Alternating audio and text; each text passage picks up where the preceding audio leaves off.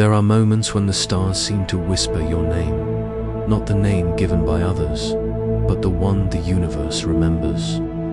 In the ancient lands of Sumer, where reeds bent to the Tigris and the Euphrates, a goddess once walked among mortals, her eyes reflecting both dawn and dusk.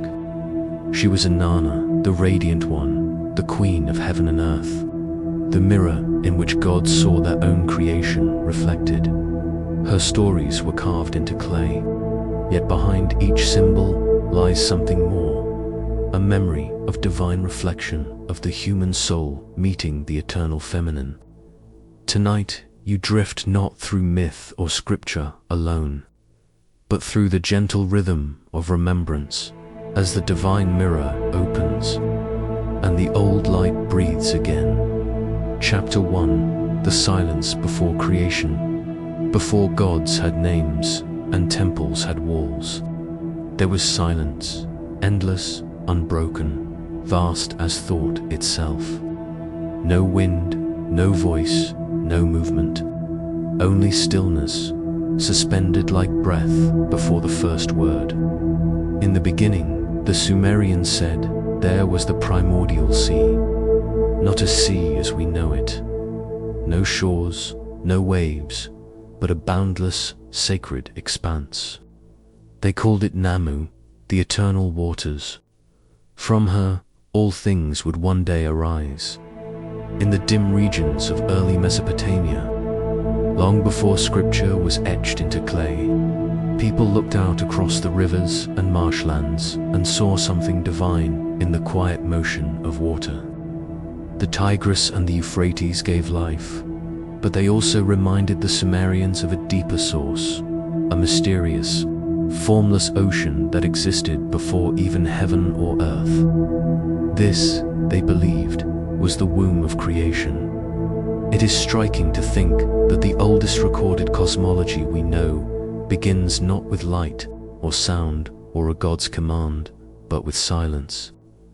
A silence that was alive, not empty, not void, but heavy with potential.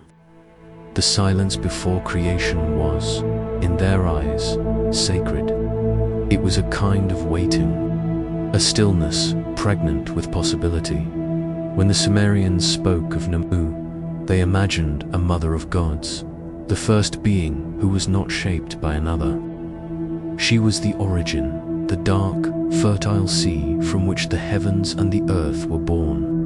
From her depths came An, the sky, and Ki, the earth. Together, they formed the first cosmic pair, the union that began to divide the world into above and below. But before that union, before separation and light and breath, there was only Namu, only water and quiet.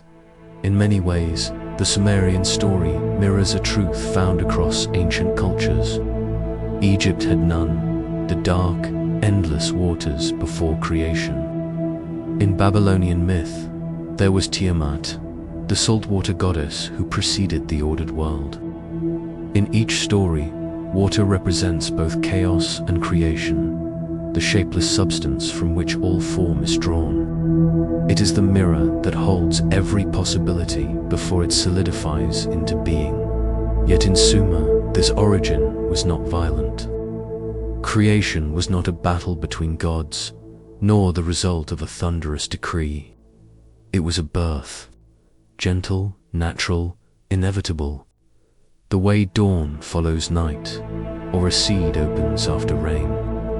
Their world began with a soft unfolding, as if existence itself exhaled for the first time.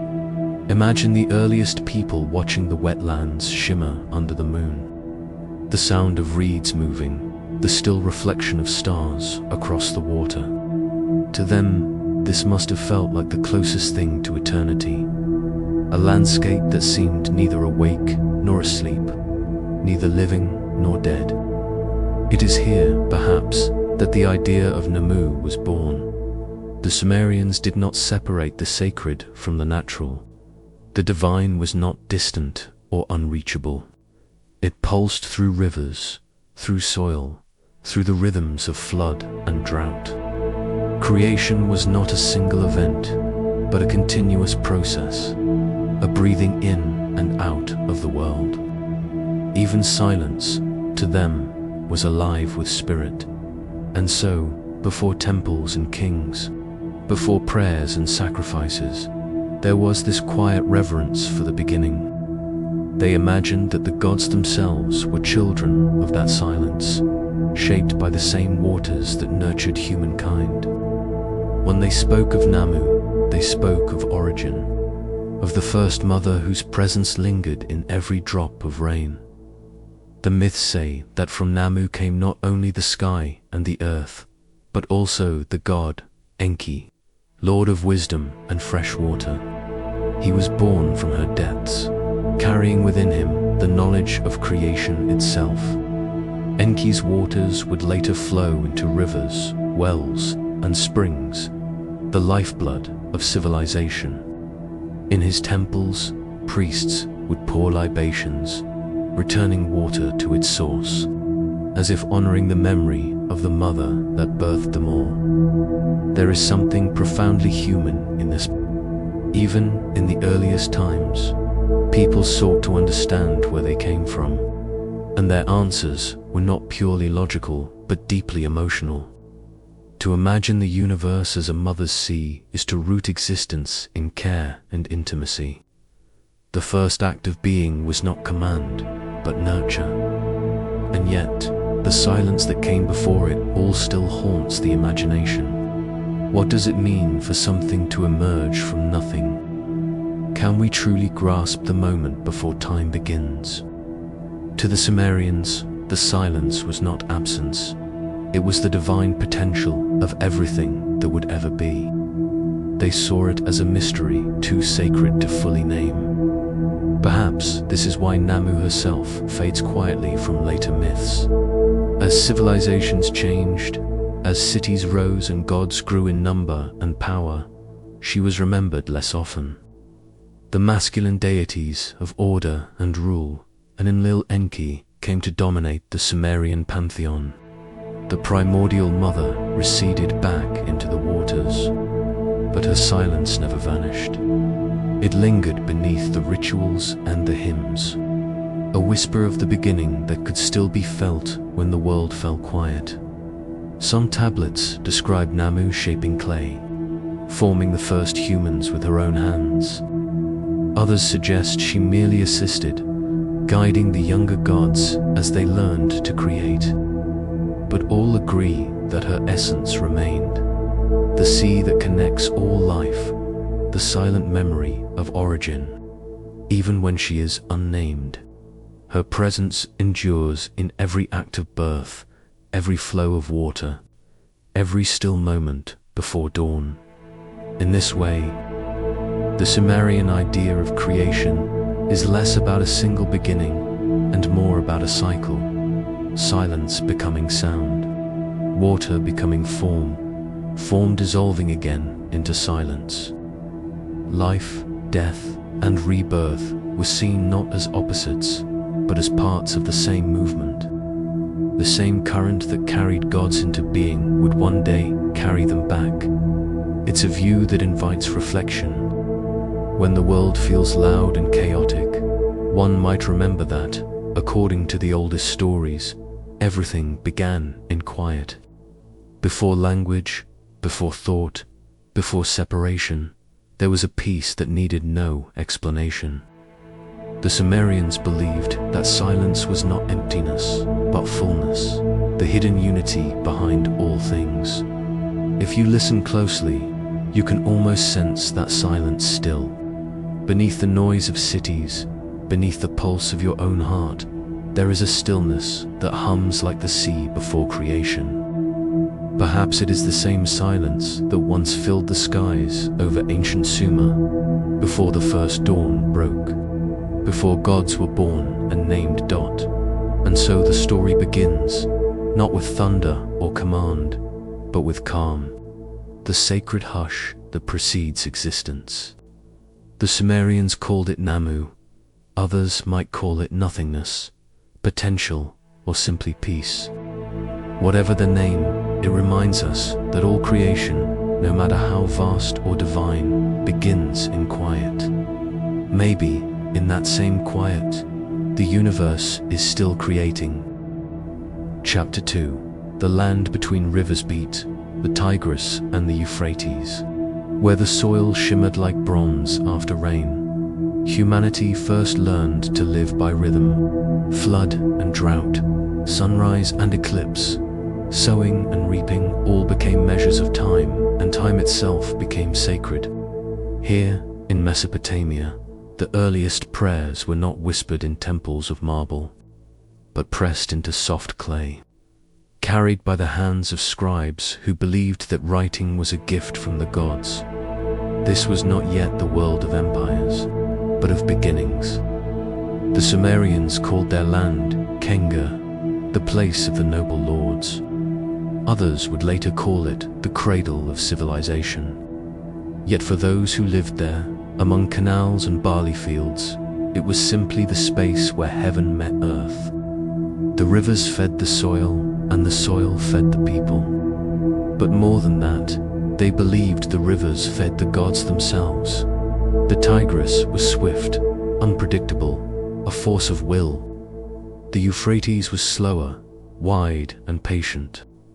Together they defined the geography of the sacred. The floodwaters came each year, erasing and renewing, much as the gods might cleanse and recreate the world. In that rhythm, people saw meaning. The seasons were not random turns of nature. They were the breath of divine beings. Every settlement, from Eridu to Uruk, grew around a temple. These were not merely places of prayer. They were cosmic centers, linking heaven and earth through ritual. The ziggurat rose from the plains like a mountain built by human hands, a step between mortals and the divine. At the summit, priests offered bread, beer, and incense. In the chambers below, people brought small figurines or clay tablets etched with their pleas. Protection, fertility, forgiveness. The gods of this land were many, and they were near. Enki, lord of the waters, watched over the flow of the rivers and the wisdom of humankind.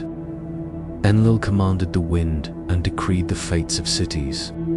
Utu, the sun god, rose each morning to judge truth and falsehood. And among them, Innana, radiant, unpredictable, ruled over love, war, and the evening star. She was the pulse of the cities, the embodiment of both creation and destruction.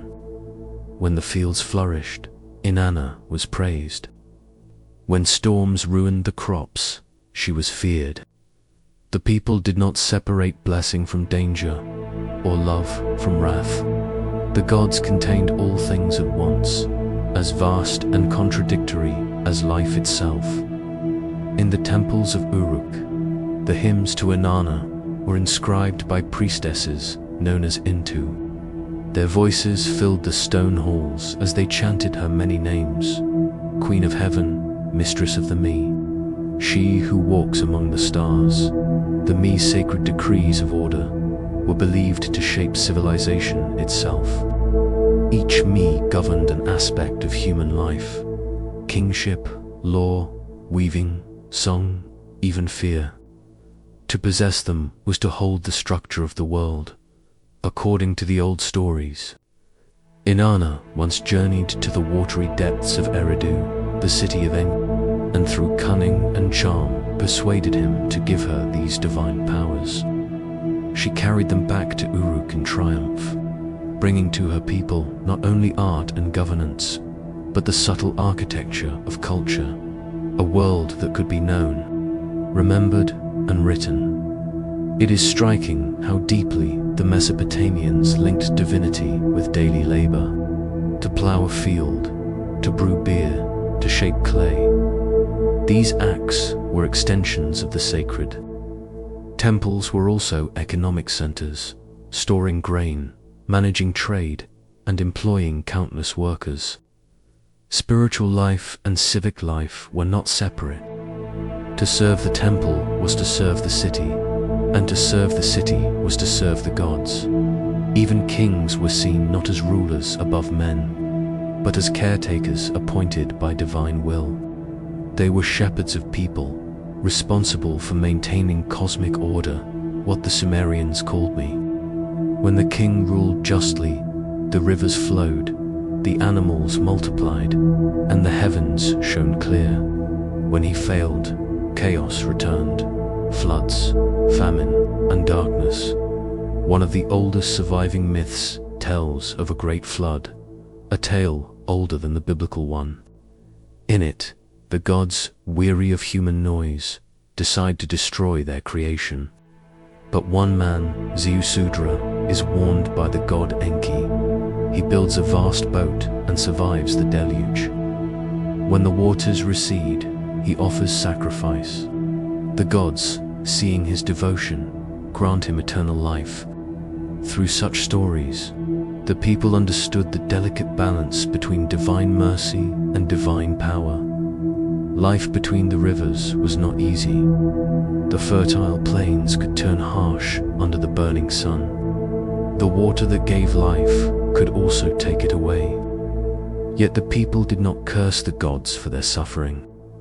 Instead, they saw each hardship as part of a sacred dialogue. To live was to negotiate with the unseen, to offer, to pray, to wait in the quiet of the night. The priests would climb the ziggurat steps and observe the sky. Every movement of the stars was recorded, every eclipse noted. Over centuries, this careful watching gave birth to the first astronomy. To them, the heavens were not distant. They were a living script, written by the gods to be read by humankind. The position of Venus, Inanna's star, signaled cycles of fertility and war. The moon's shadow could foretell the fate of King's Dot. Through observation came knowledge. Through knowledge came awe. And through awe came the earliest sense of faith as a form of understanding, not blind devotion, but a dialogue between human reason and divine mystery. Clay tablets discovered at Uruk and Snipper preserve hymns that are more than 4,000 years old. When read aloud, even today, their rhythm feels strangely intimate. Lady of all powers, bright star of the evening, she who opens the way to heaven, your command is great upon the earth. The words are simple, yet through them we glimpse a world where language itself was a sacred act. Writing was a means to bridge the mortal and the eternal. Each symbol pressed into clay was a prayer that time could not erase. Perhaps that is why so much of what we know about Mesopotamia comes from these small, unassuming tablets, fragments of devotion, trade, poetry, and law. Together, they form a map of the human soul's first great conversation with the divine. Imagine standing on the plains at dusk, the air warm and heavy, the rivers glowing red beneath the setting sun. In the distance, the ziggurat rises, a stairway to the stars. Smoke from evening offerings drifts upward, blending with the first shimmer of Venus. You can almost hear the chant of the priestesses, the rustle of reeds, the murmur of the flowing water in that stillness. It becomes clear why they called this land the bridge between heaven and earth. Everything, the rivers, the stars, the grain in the fields spoke the same quiet language of reverence. And though the temples have crumbled and the prayers have long fallen silent, something of that language remains in us. The urge to find meaning in the patterns of the world. The wish to believe that the universe listens between the rivers. Humanity first learned to speak to the divine, not through thunder or miracles, but through the steady rhythm of life itself. And perhaps, even now, that rhythm continues. Chapter 3. The Birth of Inanna, the Deep Cradle of Sumer, where the Tigris and Euphrates shaped the rhythm of the land. a story was told about a goddess of both light and turmoil. She was said to have emerged as radiance itself, the glimmer that breaks night into dawn. To the Sumerians, her arrival marked the beginning of passion, conflict, and renewal, the forces that stir within every living being. They called her the daughter of Nana, the god of the moon, and Ningal, the gentle queen who guarded the night's stillness. From them, Inanna inherited paradox. Her father ruled over cycles, the waxing and waning of light, while her mother embodied tenderness and quiet devotion. Out of this union, a goddess was born who carried both rhythm and intensity. She was not only the morning star rising before the sun, but also the evening's lingering glow. Between these two lights, she lived neither fully of day nor night, but the space between them. In Sumerian belief, every god reflected an aspect of the natural and emotional world. Nana governed the moon, Enlil the winds, Enki the waters, but Inanna's domain was less tangible. She ruled over the energy that moved between opposites, between lovers, between warriors, between the heart's longing and the body's battle. To speak of Inanna was to speak of life in motion, the ceaseless shifting between creation and destruction. Her name itself carried layers of meaning. Innana was sometimes translated as Lady of Heaven, but in older texts, her essence extended beyond the heavens.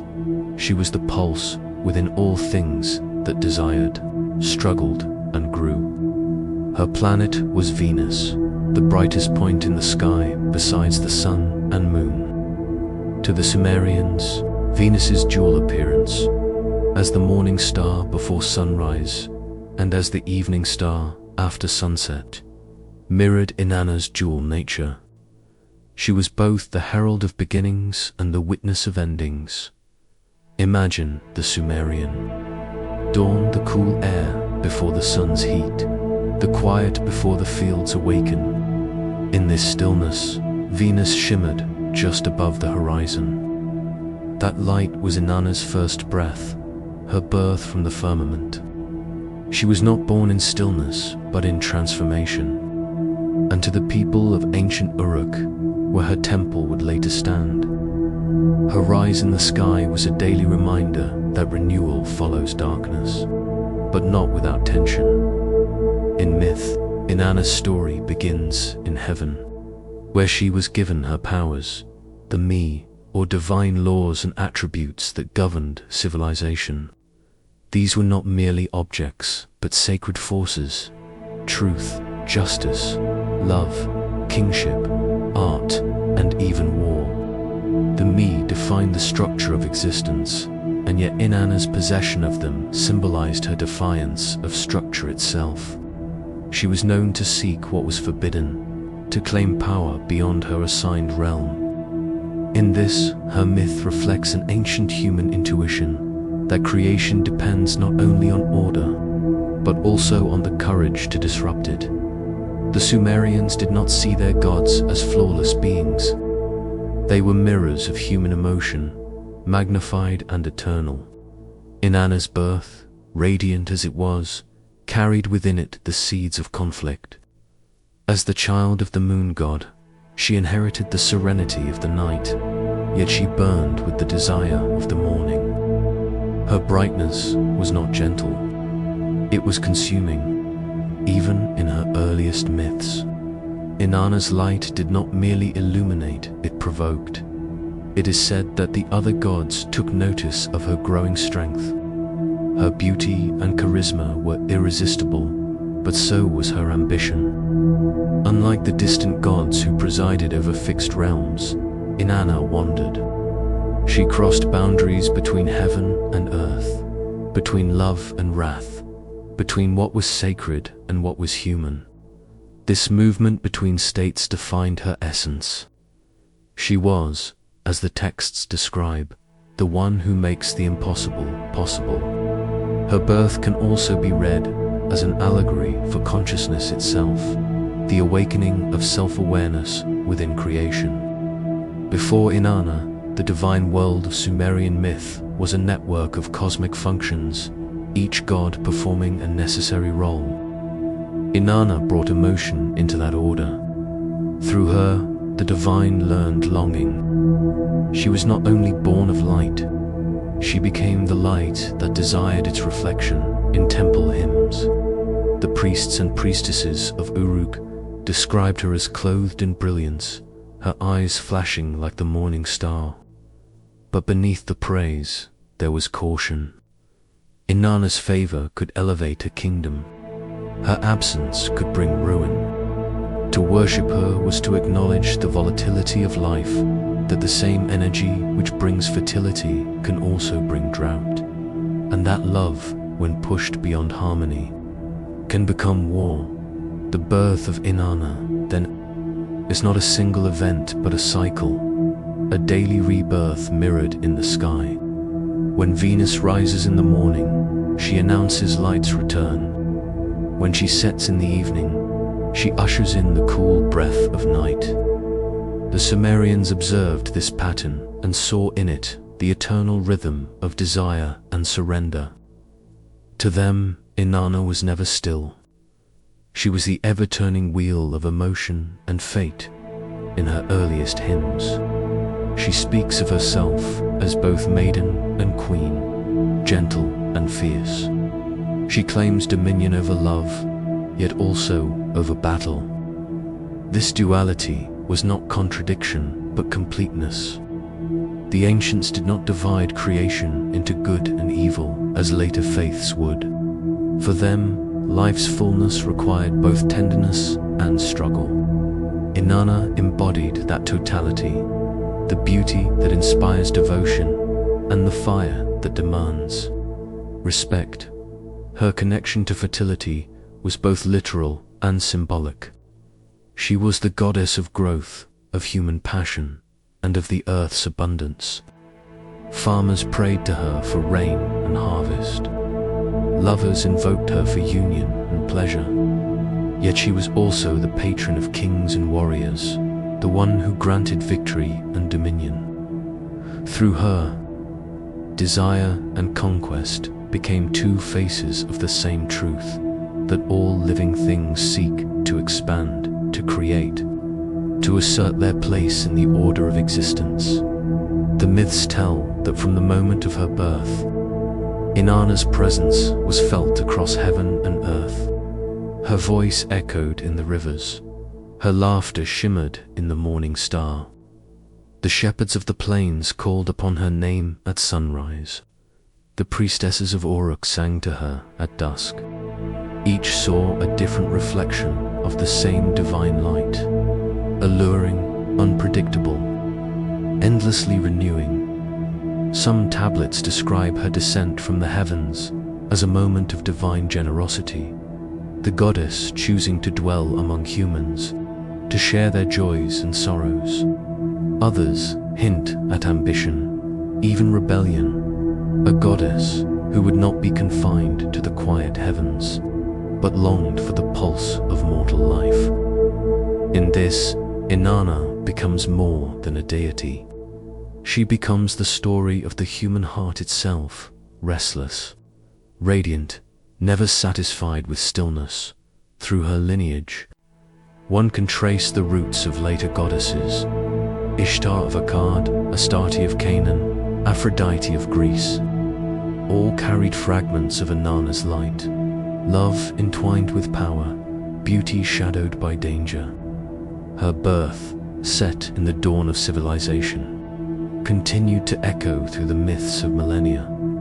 But beyond the myth lies something deeper, an ancient understanding of balance. The Sumerians saw in Innanna's dual nature a truth about existence, that life's brightest forces are never pure, that love carries the seed of conflict, and that peace is born only from movement between extremes. When the morning star rises today, most look to it without knowing her name, yet her story still unfolds in the quiet rhythm of human life.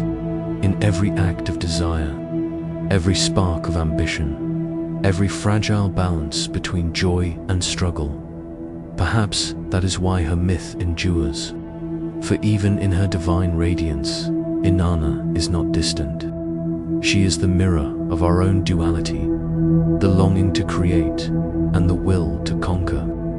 The same light that softens the dawn also burns at its edges.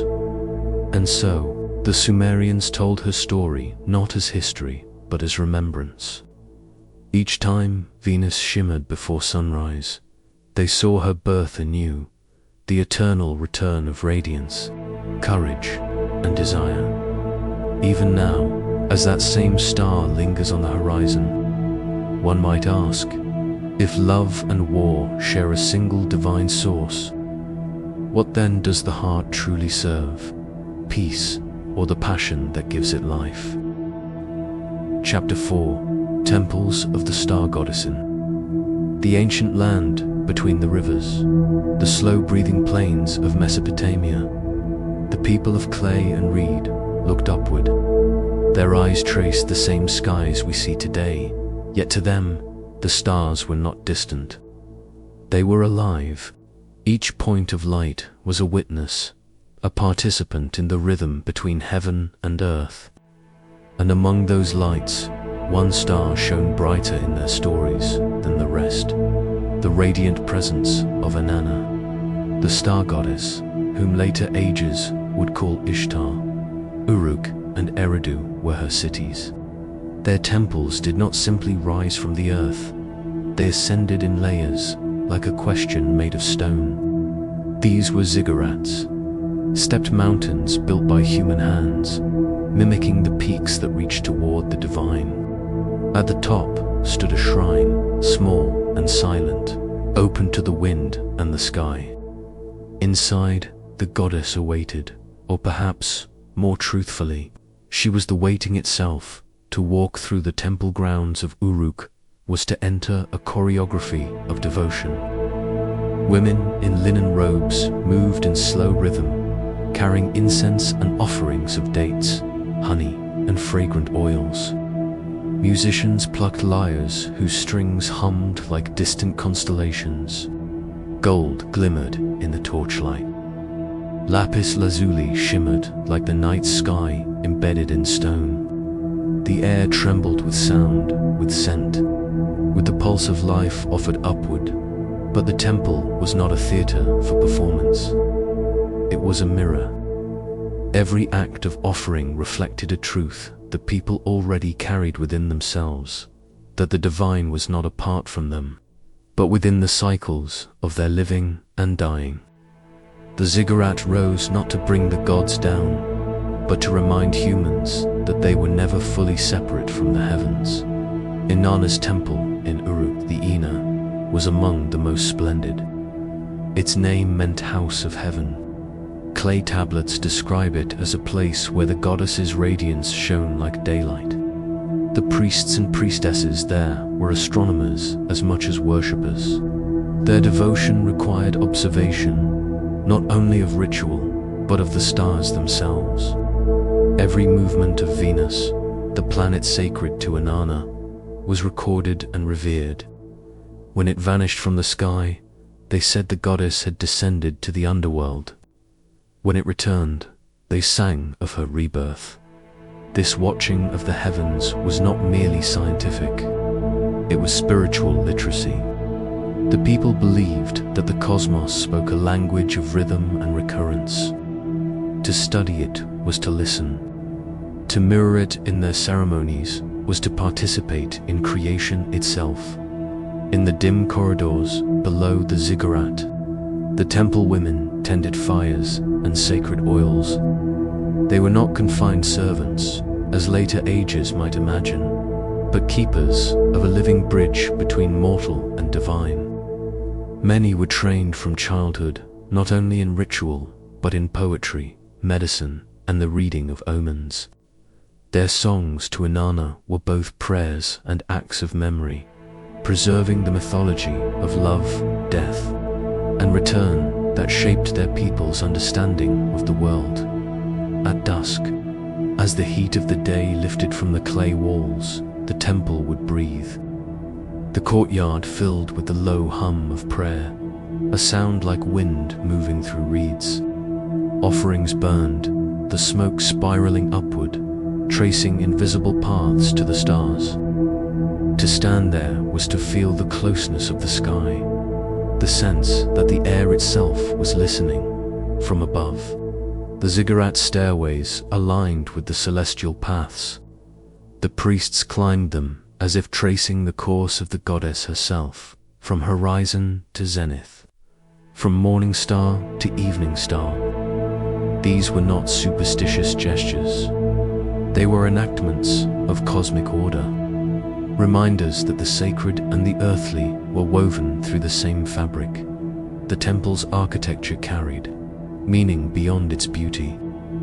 Each tier of the ziggurat represented a layer of existence, earth, sky, and the hidden realm between. The shrine at the summit, often small enough for a single altar and a few vessels of oil, was a meeting place of opposites, height and depth, silence and music.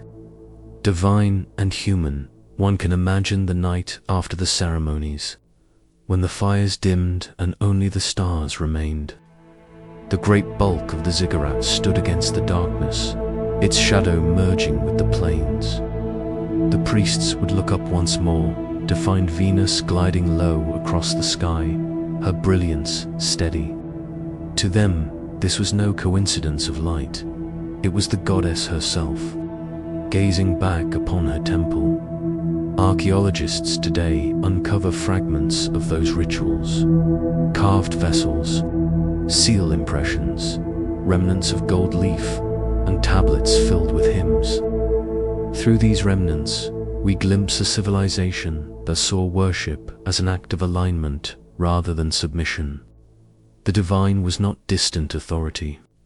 It was pattern, harmony, and return. And yet, for all its grandeur, the temple was also intimate. Within its chambers, individual supplicants whispered personal prayers. They asked Innana for healing, for fertility, for the favor of love or the easing of conflict. Clay figurines buried in temple floors tell us of these quiet devotions. Small gestures of hope pressed into the earth beneath monumental walls dot to those who lived in her cities. Innana was not only a celestial queen, she was the pulse within all transformations, the morning light that follows darkness, the strength that emerges after descent. Her temple embodied that cycle, both a place of ascent and of return. And what of Eridu, the older city to the south? There too, the worship of the star goddess mingled with that of Enki, the god of wisdom and water. The temple at Eridu sat upon layers of rebuilding, each generation constructing upon the ruins of the last, as if the city itself were climbing toward the divine. When night fell over its marshes, the reflections of the stars rippled across the water, heaven mirrored in the earthly deep. Perhaps that was always the meaning of these temples, mirrors rather than monuments. They were built not to hold the gods, but to reflect the possibility that the divine was already here in the rising smoke. The measured steps, the shimmer of a single star over the horizon today. The ziggurats of Uruk and Eridu lie in silence.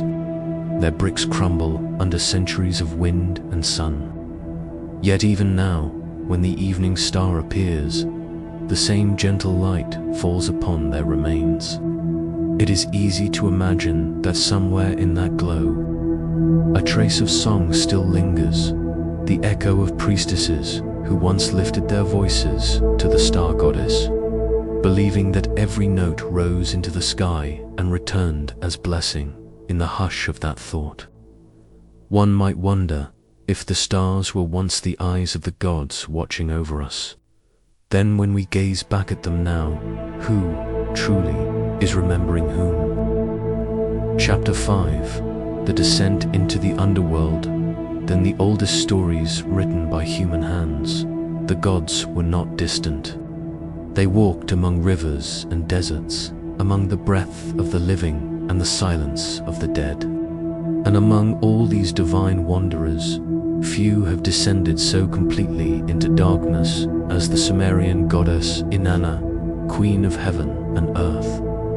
Her story is not one of victory alone. It is a story of surrender, of power stripped away, layer by layer, until nothing remains but truth.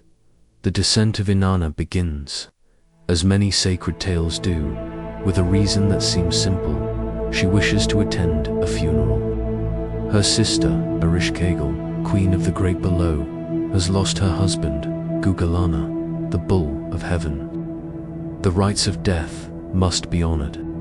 Yet, in Inanna's decision to journey down, something deeper stirs. A divine curiosity about the boundary between life and death itself. In ancient Sumer, death was not a realm of punishment or reward. The underworld was the home of dust and shadow, a quiet, inevitable destination. All souls, regardless of their deeds, eventually walked that dim road. To descend there voluntarily was unheard of. To do so as a living goddess was an act of profound audacity. Before setting out, Innana prepared herself. She adorned her body with the symbols of her 7 divine powers, her crown of the heavens, her lapis beads, her breastplate, her golden ring, her measuring rod, and her royal garments. Each item was a mark of her sovereignty, of her dominion over love, fertility, and war. But these adornments would soon become offerings, or perhaps sacrifices. She instructed her loyal attendant, Ninshuba, to wait for her return. "If I do not come back," she said, "go to the great gods. Plead for me." There was a calm knowing in her words, as though part of her understood that she was not simply attending a funeral. She was walking toward transformation. The path to the underworld began at the first gate. A guard, appointed by Ereshkigal, stopped her. "You are entering the realm of the dead," he said. "Each gate demands a toll." At the first gate, her crown was removed, the symbol of her divinity gone. At the second, her earrings were taken. At the third, her necklace. At the fourth, her breastplate. At the fifth, her ring. At the sixth, her measuring rod. And at the 7th and final gate, her royal robes were stripped away, leaving her naked and bowed. Each gate was a boundary, each removal a surrender to the ancient Mesopotamians. These 7 gates represented more than physical loss. They symbolized the unraveling of the self, the descent through pride, identity, and illusion.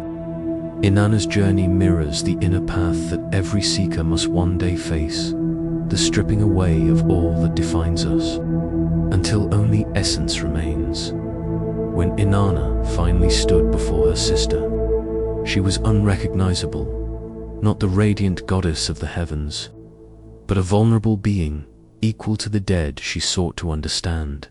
Eresh, shrouded in shadows, gazed upon her. The queen of the underworld was not a figure of evil, but of truth, the truth that all things end, and that endings demand reverence. The texts say Ereshkigal looked at Innana with the eye of death, a silent judgment, ancient and absolute.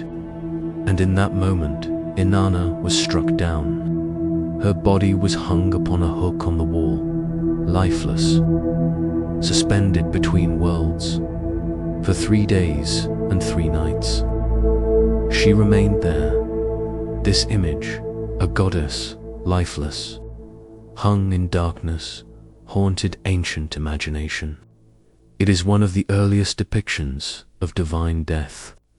And yet, her story does not end there. Above ground, Ninshuba waited. When Innana did not return, she followed the goddess's instructions and went to the high gods for help. Enki, the god of wisdom and creation, heard her plea. He fashioned two small beings from the dirt beneath his fingernails, silent, humble creatures who could slip unnoticed into the underworld. They found Ereshkigal groaning in pain, crying out in the throes of her own grief, and instead of demanding Inanna's release, they listened. They echoed her cries. They matched her sorrow with sympathy. It was through this act of compassion, not battle, not threat, that Ereshkigal softened. Moved by their understanding, she granted them one gift. They asked for the lifeless body hanging on the hook, and so Inanna's form was returned to them. With the water and food of life, she was restored. When Innana rose from the dead, the laws of the underworld demanded a price. No one could leave that realm without sending another in their place. She would ascend, yes, but not without consequence. As she returned to the surface, she sought a substitute. The myth tells us she found many of her attendants mourning her absence, dressed in rags, weeping, faithful. But when she came upon her husband, Dumuzi, seated on her throne, clothed in fine garments and playing music, her heart filled with wrath. He had not mourned her. He had celebrated her absence. Innana pointed to him, and the demons of the underworld took him away. Yet even this act was not final. Dumuzi's sister pleaded for mercy, and so it was decreed that Dumuzi would spend half the year in the underworld, and the other half in the realm of the living. Thus began the ancient rhythm of seasons, descent and return, death and rebirth. The earth's barrenness in winter, its renewal in spring. Inanna's story, though born thousands of years ago, whispers through later myths. Echoes appear in the Greek descent of Persephone, in the Christian resurrection narrative, in the shaman's trance journey through the land of spirits. Across cultures, the same current flows. Descent precedes awakening. Death precedes renewal. But there is something uniquely intimate in Inanna's tale. She does not descend as punishment, nor as savior. She goes willingly, and in her surrender discovers the balance that rules all existence. For the ancients, her shedding of power at each gate was a reminder that life's fullness cannot be reached without humility, that to encounter truth, one must be stripped of all protections, of titles, wealth, and even divine pride. Only in vulnerability can understanding take root. Inanna's death and return marked a universal truth. Transformation always asks for a sacrifice, and the descent, whether through grief, change, or loss, is not the end, but a beginning concealed in shadow. You might wonder what the underworld means now, when no physical gate opens before us. Perhaps it is not a realm beneath the earth, but a space within the self, the quiet place where all our layers fall away, where we meet what we most fear, and, if we are patient, find what we most need. Every descent carries the promise of ascent, but never in haste, never without cost. Inanna's journey is not only a myth, it is a mirror. It reminds us that surrender is not defeat, that darkness is not merely the absence of light, but its preparation at the heart of the older story, written in clay and silence. Lies this ancient wisdom.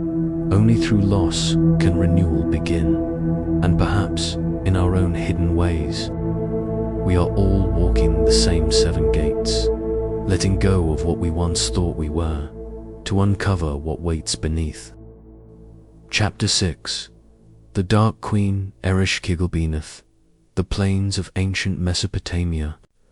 Far below the shining temples of Uruk and the open skies of Sumer, there lies a realm without sunlight, silent, heavy, and eternal. It is not a place of fire or torment, but of stillness. Here all motion ceases, all songs fade. This is the great below, and at its throne sits a queen, Ereshkigal, sister of the radiant goddess Innana, ruler of the land of the dead. Her name means Lady of the Great Earth. She is both feared and revered, both divine and forgotten. While her sister governs love, fertility, and the bright pulse of life, Ereshkigal governs the inevitable stillness that follows. She does not chase worship. She does not seek the living. Her dominion is certainty, the end that balances every beginning. Ereshkigal first appears in the earliest Sumerian myths. Her presence older than most gods of heaven. In the tablet fragments that survive, she is not evil. She is sovereign of necessity, the one who ensures that the world's cycle closes properly. The Mesopotamians did not divide their cosmos into good and bad in the way later ages would. Life and death were two halves of a single design. Innana may have been the flower, but Ereshkigal was the soil that received it when it fell. In the myth of Inanna's descent to the underworld, their meeting becomes one of the most profound moments in ancient literature.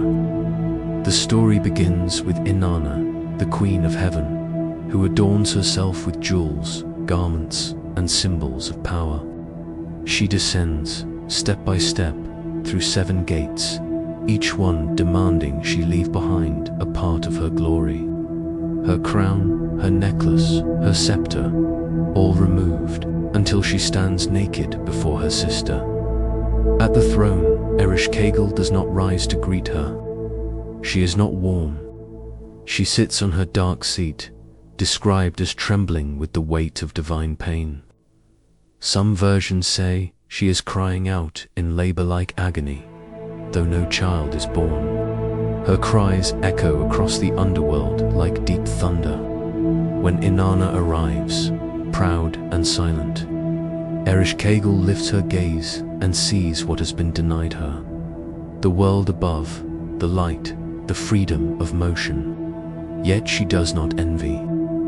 She enforces the law of her realm. Innana was turned into a corpse and hung on a hook, the tablet says. It is a harsh image, but symbolic. The goddess of life must pass through death to be renewed. Ereshkigal, in this sense, becomes the midwife of transformation. She is the one who holds the necessary darkness, the pause between death and resurrection to the Sumerians. This was not merely myth, but reflection of their understanding of nature. Every harvest required burial. Every season demanded a descent. Life, to continue, had to surrender itself. Ereshkigal's underworld, known as Kor or Orikala, was not hellish. It was a vast, grey plain where the dead lived as shadows, drinking dust and recalling their lives faintly. There was no punishment, only distance. No flames, only stillness. In such a realm, Ereshkigal was the steady heart of sorrow. She did not punish the dead. She simply received them. Yet even gods pitied her solitude. The text known as the Descent of Innana describes her in tears, writhing with pain no one could ease. The heavenly gods refused to descend to comfort her. Who can descend to her, they said, for no one returns from the land of the dead. And so she remained the queen of an unvisited domain, holding the silence that no one else could bear. When Innana is later revived, with the help of 2 tiny beings created from the god Enki's tears, they descend not to conquer Ereshkigal, but to empathize. They do not demand or command. They simply echo her cries. "Oh, my insides," they say as she groans. "Oh, your insides," they reply. Through this shared grief, something shifts. Ereshkigal's suffering is witnessed, not dismissed. And in that act of compassion, she grants them the lifeless body of Innana. This moment, small, tender, almost hidden, is the center of the myth. It is not a battle between sisters, but a recognition between mirrors. Life meets death, and death responds not with rage, but with release. Innana is allowed to return, transformed. Ereshkigal remains still the same, yet understood.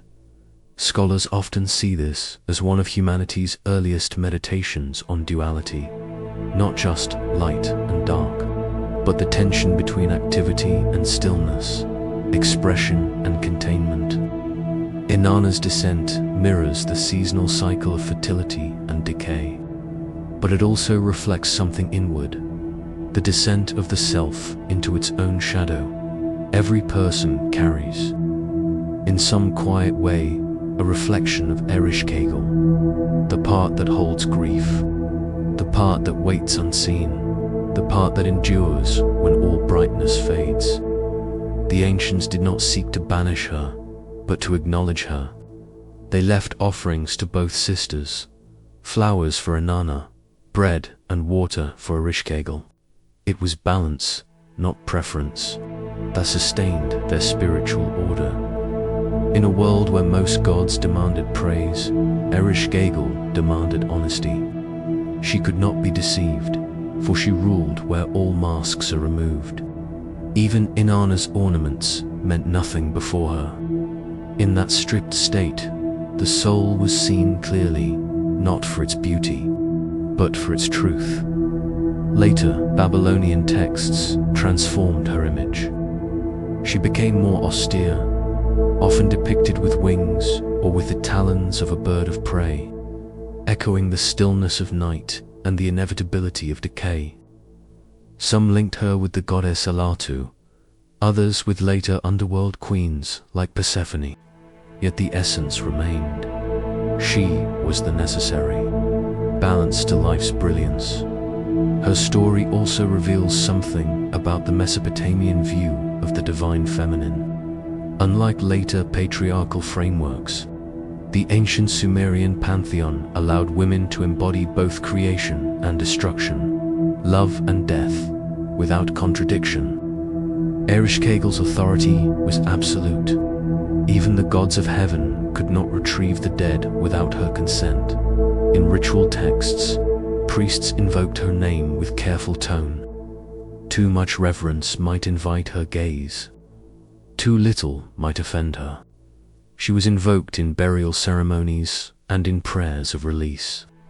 A reminder that every soul would one day stand before her in the hush of Erkala. And yet, beneath this solemnity, there lingers a strange tenderness. When Ereshkigal receives Inanna's body, she does not gloat. She weeps. Her pain is ancient, primal, yet strangely human. It is the sorrow of endings, of separations, that sustain the order of things. In her cry, one hears not cruelty, but burden. Some modern interpreters see in her a symbol of depression, the weight of unexpressed grief. Others see her as the archetype of the shadow self, the inner realm we avoid, yet must enter to be whole. The myth of the descent, then, becomes a spiritual map. Inanna's journey outward and upward mirrors our own journeys through despair toward renewal. Ereshkigal, in her darkness, is not an obstacle but a guide. She teaches through silence, through stillness, through the wisdom of endings. Her lesson is not comfort, but truth, that to live is to die many small deaths, and that each descent, each loss, each grief reshapes the soul's form. When one listens to her story slowly, one begins to sense how ancient people saw the sacred not just in the shining temples, but in the quiet soil beneath their feet.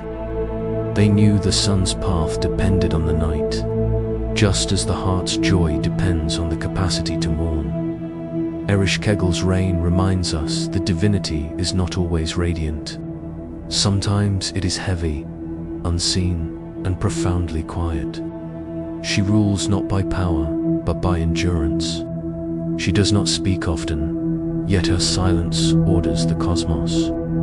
Without her, the cycle would never close, and life would never begin anew. In the end, Inanna ascends once more to the world of light.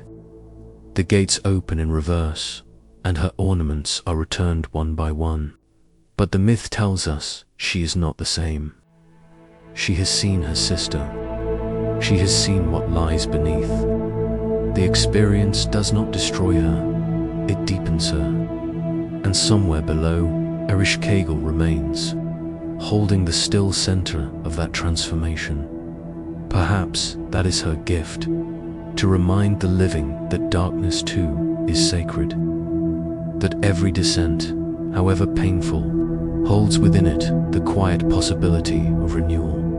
When all the songs fade, when the light recedes, and the world falls to stillness, Ereshkigal waits, not as a threat, but as a truth.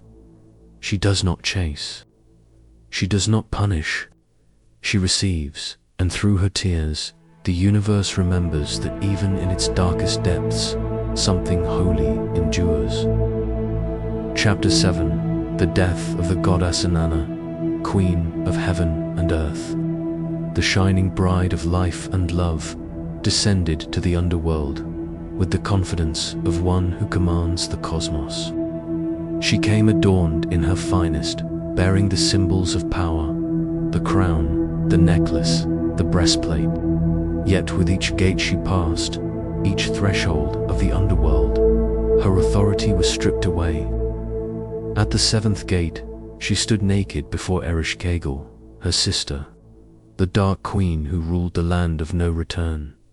Here, Inanna's body became vulnerable.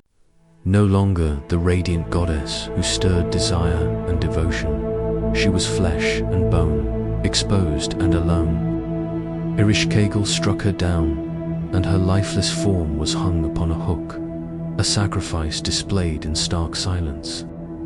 The underworld did not echo with laughter or lament. It received her with an indifferent stillness. There was no wind, no water, no movement, only the quiet that follows a moment too grave to disturb. Above, in the world of the living, the absence of Innana was felt immediately. The rivers that had once gleamed with her reflection grew still. Crops faltered, and the wombs of women fell silent. Love, which had flowed freely among mortals, paused in her absence. Songs that had celebrated life went unsung. Her descent was not only a personal tragedy, it was a universal rupture. For the Sumerians, the goddess was life itself, and her death, even temporary, meant a world suspended in shadow. Yet the story does not linger on despair. Inanna's death is not final. Myths speak of a pause, a stillness pregnant with possibility. Her body, though powerless, contains the spark that will awaken again. Even in the underworld, her presence radiates potential. It is a lesson in the cyclical nature of existence. Life pauses, retreats, and waits, but it is never entirely extinguished. Death, in this sense, is not an end, but a necessary interval.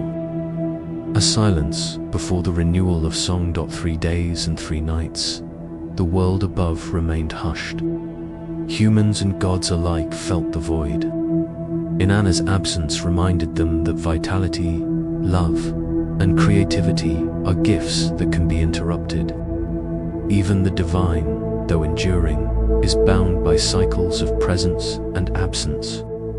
Life, in its fullest sense, requires periods of stillness, moments where we are forced to observe what it is we might otherwise take for granted. Within the underworld, the narrative shifts from brutality to transformation. Inanna is not passive. Though her body hangs lifeless, her spirit acts subtly. The mythology suggests that even in death, she negotiates her return. She appeals, indirectly, to Enki, god of wisdom and fresh waters, whose understanding of balance allows her revival. Through this, the story conveys that death and suffering are not arbitrary, but part of a deeper order. Even the highest beings must endure these intervals, learning, changing, or allowing others to intervene in the balance of life and death. The imagery of Inanna's death, her naked form suspended in the dark, the absence of her song, is stark. It is a reminder of vulnerability, of the inevitability of decay, and of the weight that even divine bodies carry. Yet, in the quiet of that dark, there is a subtle power, the stillness of potential, the anticipation of return. Death, in myth, is rarely the final chapter. It is the interlude, the pause that makes the eventual resurgence more profound. Inanna's story also reflects the nature of love and life in human terms.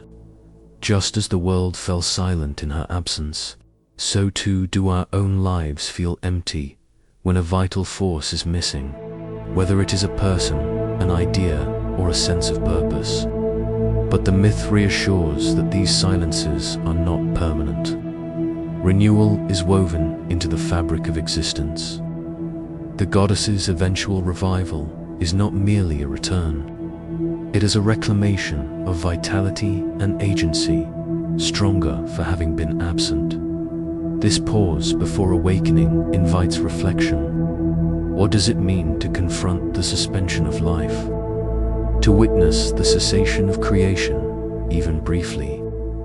In the quiet of the myth, one can sense the rhythm of cycles: birth, flourishing, decay, and return. Inanna's death embodies the necessity of stillness, the acceptance of vulnerability, and the inevitability of change. When she is restored, it is not a simple reversal. She returns with wisdom gained from the underworld, a deeper understanding of both suffering and power. The myth emphasizes that life's most profound lessons often come in the spaces between presence and absence. The darkness of the underworld, the starkness of her lifeless body, these are not punishments alone. They are opportunities for transformation, for insight that cannot emerge in the light alone. Even now, when one contemplates Inanna's descent, the story resonates.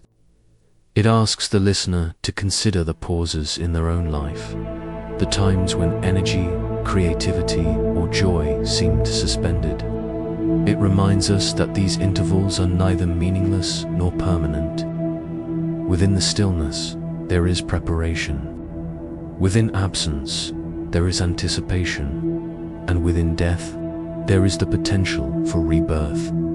Inanna's myth is a meditation on the profound interdependence of life and death.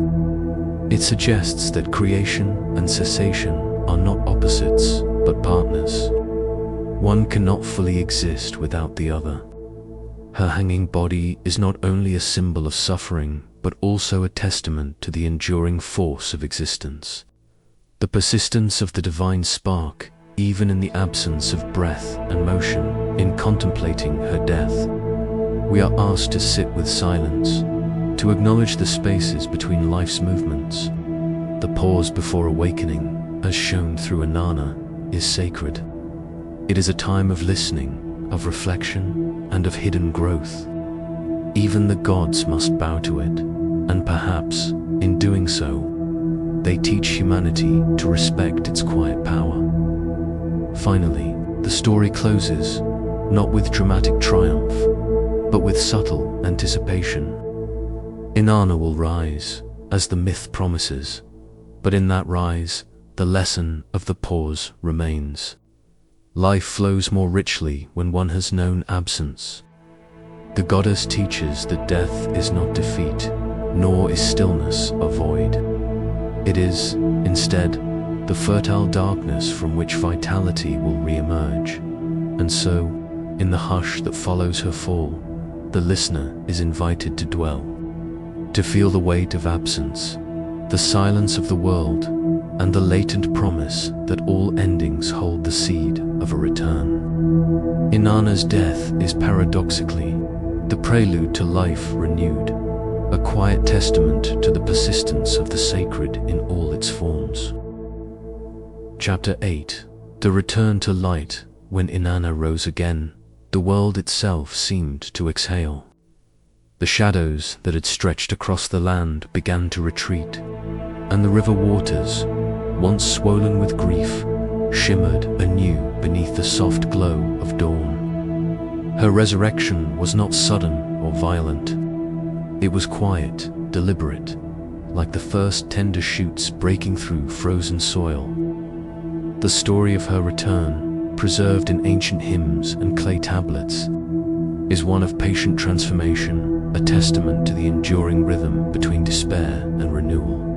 Before her ascent, Innana had descended into the netherworld, the dark place beneath the earth, ruled by her sister Ereshkigal.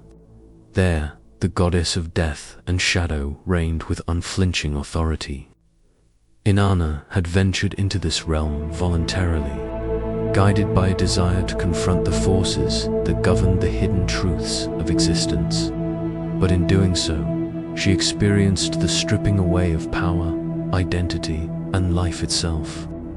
She became silent, immobile, a reflection of the winter season, a pause in the world's vitality.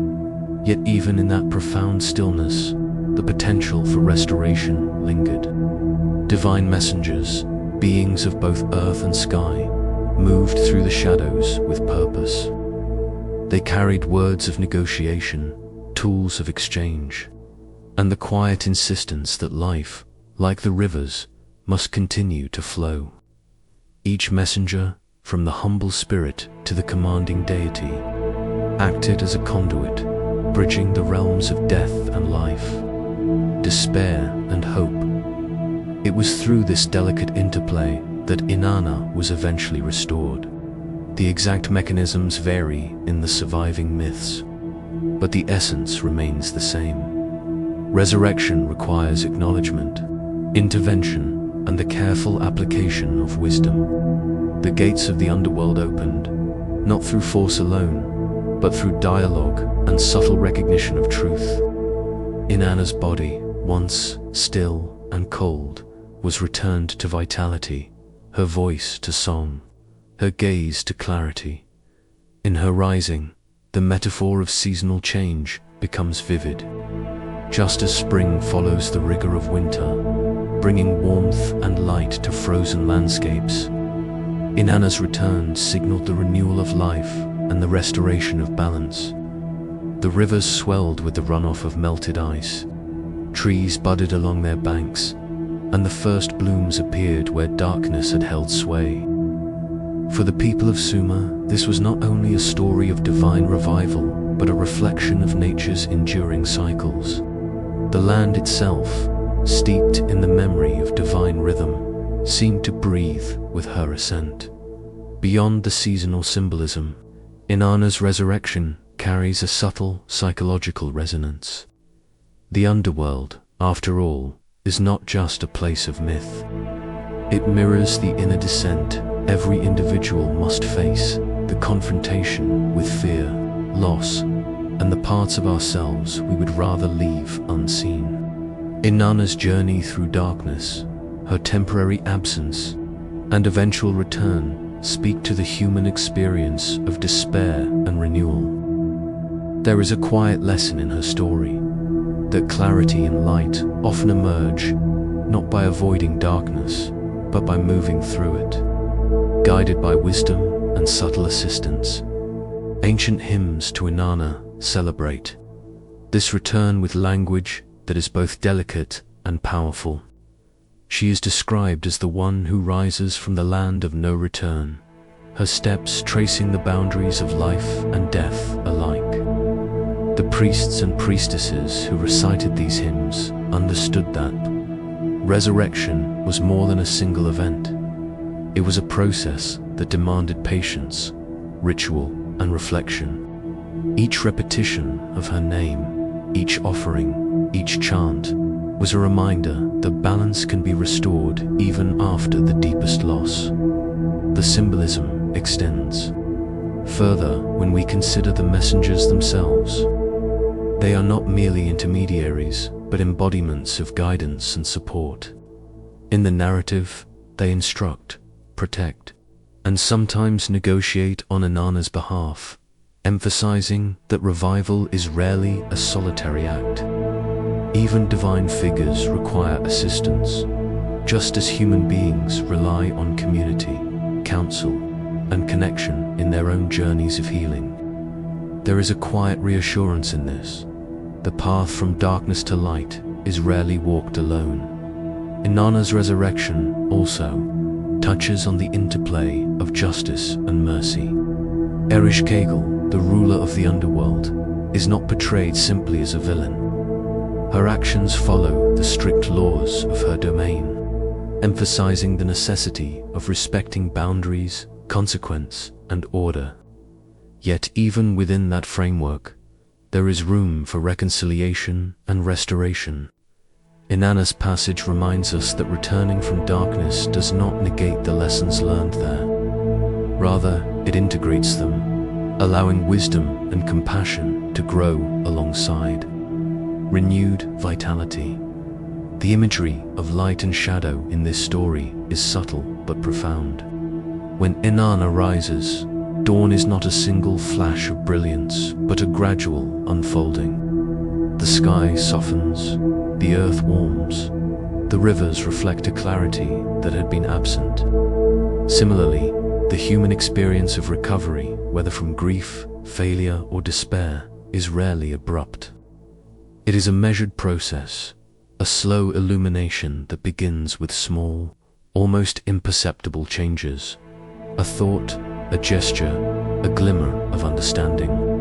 Innana embodies this slow, patient emergence into life, teaching that restoration is as much about timing and rhythm as it is about power. This chapter of her story is also an exploration of the soul's cyclical nature.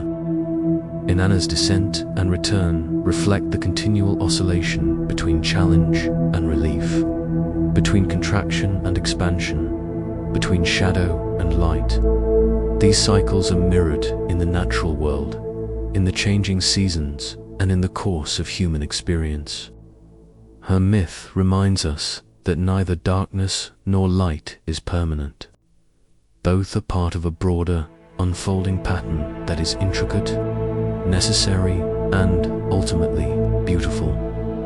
The ritual expressions surrounding her return further illuminate the intimate bond between myth and daily life. Offerings were made in her honor, songs were chanted at dawn, and communities celebrated the return of fertility and abundance. Even mundane acts, such as planting or brewing, were imbued with sacred significance.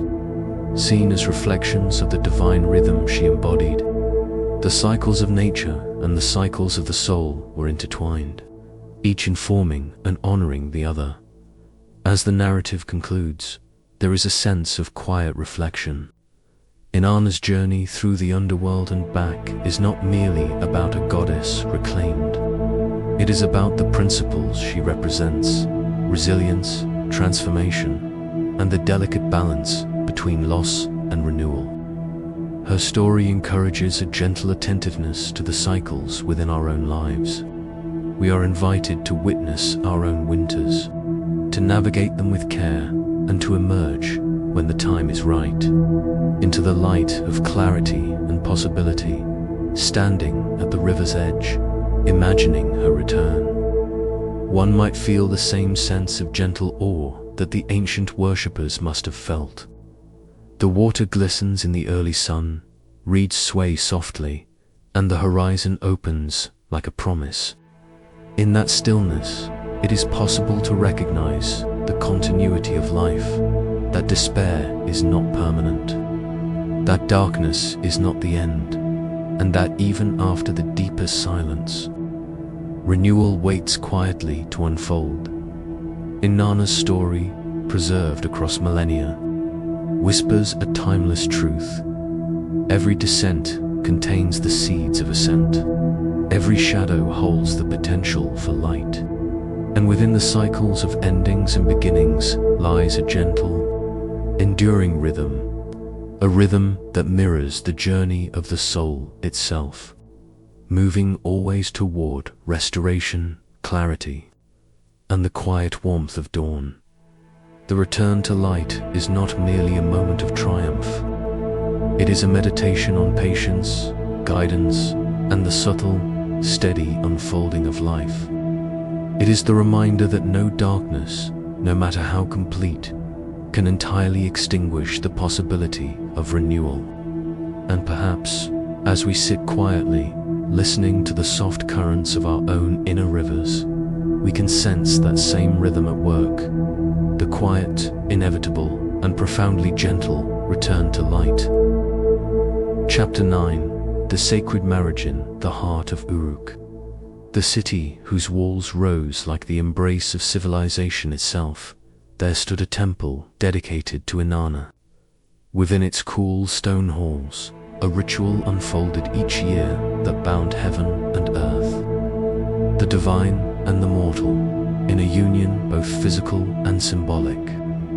This was the sacred marriage, a ceremony that honored not only the goddess and her consort, but the very rhythm of life itself, Innana, radiant and commanding, united with Dumuzi, the shepherd king. He was a figure of the land, tending flocks, guiding fields, sustaining life through quiet stewardship. Innana, in contrast, embodied the celestial and the untamed pulse of desire. Together, they represented the dual forces that move through existence: sky and soil, spirit and body, the luminous and the fertile. In their union, the Sumerians saw the world's balance restored, the cosmos aligned, and the cycles of nature renewed. The ritual itself was intricate. Priestesses of Uruk, trained in sacred knowledge passed down through generations, enacted the union with reverence and care. It was not merely a performance, nor a story acted out for spectacle. It was an enactment of divine law, the me of Innana, the principles that governed life, fertility, and harmony. Every gesture, every chant, every shared gaze carried meaning. The temple walls, adorned with reliefs of gods and stars, seemed to pulse in rhythm with the ceremony, as if the space itself acknowledged the joining of forces within it. Through this sacred marriage, the people of Uruk connected their daily lives to the heavens. The shepherd king, a mortal figure, symbolized the earth's bounty, its livestock, its grain, and its abundance. Innana's divine presence infused that bounty with vitality. Fertility was not simply a matter of crops or herds. It was the flourishing of life itself, the intertwining of desire, labor, and love. Each year, the ritual reminded the city that survival and prosperity depended on recognizing the sacred interconnection between the land and the sky, between ruler and people, between male and female principles. The timing of the ceremony was deliberate. It often coincided with the spring equinox, when the earth awakens from winter's stillness and life returns to dormant fields. As the first shoots of grain broke through the soil, the union of Innana and Dumuzi reaffirmed the cosmic order. Life springs forth only when heaven and earth are in harmony, the myths taught. And so, the ritual served as both prayer and pedagogy through enactment. The people learned the sacredness of intimacy, not only between the divine and mortal, but between all things that coexist in the natural world. Innana herself, through this ritual, was present as a force of transformation. She was both the goddess of love and the goddess of strife, the bright morning star and the evening glow. Her union with Dumuzi was thus layered with paradox. It symbolized tender connection and fierce passion, nurturing and dominance, creation and destruction. These dualities were not contradictions, but the fullness of life. The Sumerians understood that growth, fertility, and abundance are born from the interplay of opposites. Dumuzi's role was equally vital. As the Shepherd King, he was a figure of stability, tending flocks and guiding the land. But in the sacred marriage, he also became a bridge between humans and gods. Through his willing participation, the mortal realm was invited into the rhythms of the divine. The act of union, when understood through the eyes of the Sumerians, was less about eroticism and more about alignment. The alignment of cycles, of duties, of energies that sustain life. Each year, through this ritual, humanity acknowledged that connection itself, the giving and receiving, the tending and the receiving of nurture was sacred. The ceremonial details, preserved in hymns and temple records, hint at the layers of meaning embedded in the union. Priestesses sang hymns praising Inanna's beauty and Dumuzi's strength. Offerings of grain, wine, and incense were placed upon altars. The union, enacted with care, mirrored the interplay of day and night, of planting and harvest, of human desire and divine blessing. Through this symbolic act, the people of Uruk cultivated not only fields, but understanding that life's abundance is inseparable from harmony and devotion. Some scholars have interpreted the sacred marriage as a form of social cohesion. By ritualizing the union of goddess and king, the city reinforced its political and spiritual structure. The king, as Dumuzi, became the human embodiment of divine favor, while Inanna's priestesses mediated the goddess's influence. Yet beyond politics, the ritual spoke to something far deeper, the recognition that intimacy, in its many forms, carries a transformative power. It was a lesson in balance, in reciprocity, and in the sacred dimensions of relationships between partners, between ruler and people, and between humanity and the cycles of nature. The sacred marriage also reflects an ancient awareness of sexuality as a spiritual force. Inanna's myths frequently intertwine desire and divinity, showing that passion and creativity are inseparable. The ritual dramatized this truth, teaching that connection, whether romantic, familial, or civic, is not merely practical but sacred. In every embrace, every shared breath of the ceremony, the participants enacted the principle that the human body, when aligned with the cosmos, is a vessel of divine energy. In this way, the sacred marriage became a living metaphor for the interconnectedness of life. The city of Uruk itself depended on this understanding. Crops, herds, and human labor were aligned not only through work, but through ritual recognition of the forces that govern fertility. Through enactment, humans acknowledged the invisible threads that link heaven and earth, male and female, spirit and matter. Life, the ritual suggested, is sustained by harmony, by conscious participation in the cycles that shape the world. Yet there is subtle tension in the myth as well. Dumuzi, though a king, is mortal.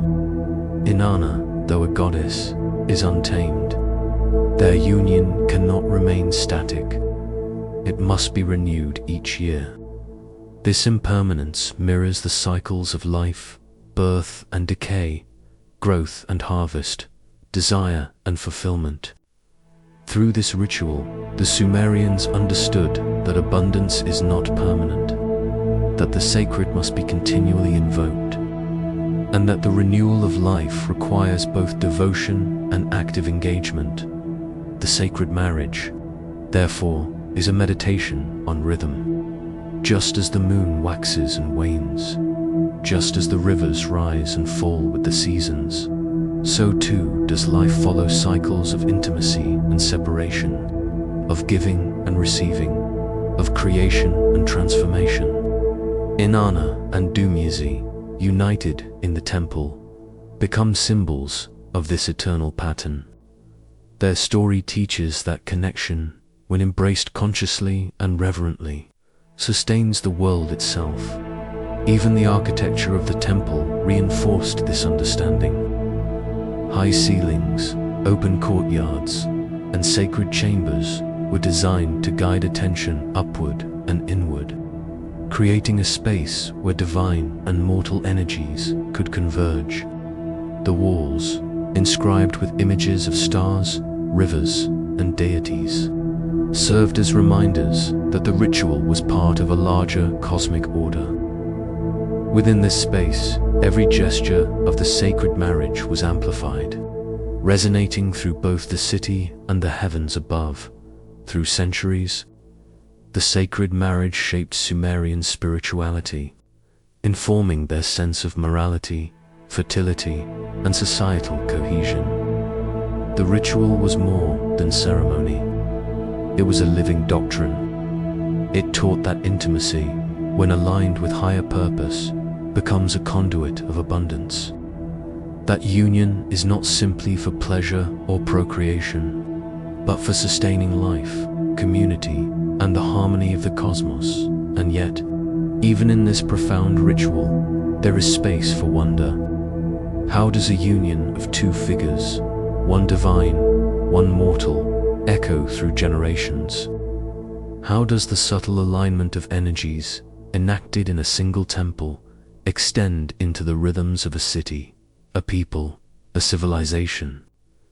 The sacred marriage reminds us that connection is more than action. It is recognition, presence, and reverence, qualities that shape both human hearts and the world itself.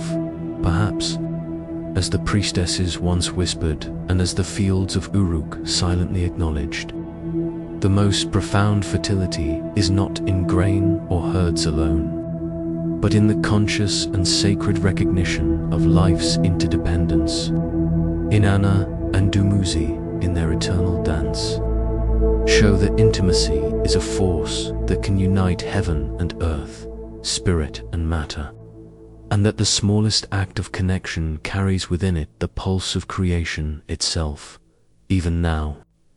If one listens closely to the rhythm of the land, the subtle rise and fall of seasons, the gentle flow of desire and devotion, one might wonder if the divine and mortal meet in union. Can humanity ever truly grasp the depth of connection it reflects?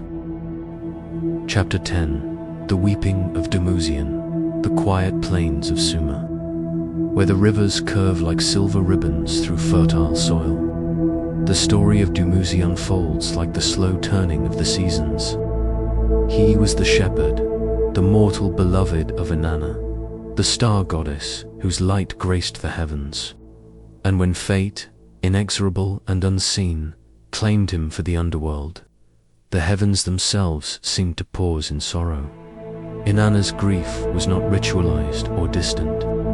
It was intimate and human. She wept as a mother might for a lost child, or as a lover might for a heart departed. Her tears fell in torrents, drenching the fields, filling the channels, saturating the soil. To the people of Sumer, this divine sorrow became the very rain that nourished their crops. Through the lens of myth, the cycles of fertility and drought were not merely natural patterns, but living testimony to love and loss. Dumuzi's descent to the underworld was a passage both feared and revered. In the underworld, known as Kor, he was bound by the strict laws that even gods could not escape. The narrative does not depict a violent abduction, but a necessary journey, one that illuminates the fragility of life and the inevitability of change. His absence transformed the world above. Rivers swelled, reeds bent beneath the weight of tears, and the people felt the pulse of grief as if it were the pulse of the earth itself. The lamentations of Innana were meticulous, almost ritual in their intensity. Hymns preserved on clay tablets describe her journey through each stage of mourning. She visited the sacred city gates, pausing at thresholds to honor each force of life and death, naming her beloved aloud in words that carried both plea and remembrance. Each step of her sorrow resonated outward, creating a rhythm that mirrored the seasons, a repetition that humans would come to understand as the natural ebb and flow of existence. Yet, in her grief, there was a profound generosity. Inanna's tears did not remain private. They became sustenance. Fields grew green, fruit trees bore their blossoms, and the rivers carried life to the distant plains. In this way, the myth transformed mourning into a force of creation. Pain was not the absence of the divine, but a conduit for its presence. The ancients understood that even eternity could grieve, and that sorrow could be fertile. Dumuzi's own character is intertwined with this mourning. As the shepherd, he embodies both life and vulnerability. His time in the underworld is not eternal exile, but part of a cycle, half the year above, half the year below. This rhythm, preserved in later seasonal rituals, teaches that life itself moves in patterns of presence and absence. When Dumuzi returns, the land rejoices. When he descends, the land mourns. The myth becomes an elegant mirror of nature's own pulse, growth and decay, emergence and withdrawal, love and loss intertwined. The lament of Innana is not a singular expression, but a chorus of sorrow that resonates through all creation. Texts describe her calling to the hills, the rivers, even the smallest creatures, asking them to bear witness. Her grief is both deeply personal and cosmically vast. The ancients recognized in this story a lesson that mourning is not weakness, but acknowledgement of connection. Even the immortal cannot escape the ties of love. Even the eternal must bend beneath the weight of loss. It is striking to consider that this myth, written on fragile clay over 4,000 years ago, offers such subtle reflections on mortality. Inanna's tears are simultaneously literal and symbolic. They fall from the goddess, yet also rise in the hearts of mortals who listen. Her lament becomes a model for human experience, that grief, when expressed and witnessed, can nourish, sustain, and even transform. The emotional texture of this story was likely felt deeply by those who enacted it. Rituals of mourning, sometimes performed by priestesses and singers, would mimic Inanna's journey, offering prayers for the deceased, for lost love, and for the cycles of life. Through performance and repetition, the people internalized a sacred understanding that death and loss are not mere ends, but parts of a larger, unfolding rhythm. The cosmos itself participates in this process, teaching that sorrow is as integral to life as joy. In examining the landscape of the myth, one cannot ignore the intimacy of natural imagery. Rain, mud, the bending of reeds, each element mirrors the flow of emotion. The world itself responds to Inanna's grief. This is not poetic embellishment. It is a reflection of how ancient people read their environment as alive, as sensitive to human and divine feeling alike. There is a gentle awareness here. The universe is participatory. To be present in it is to feel both the beauty and the sorrow that inhabit all things. Dumuzi's presence, both lost and remembered, creates tension that sustains the narrative. He is absence and memory, shadow and light. Through him, Inanna's lament gains form, and through her lament, life on earth is renewed.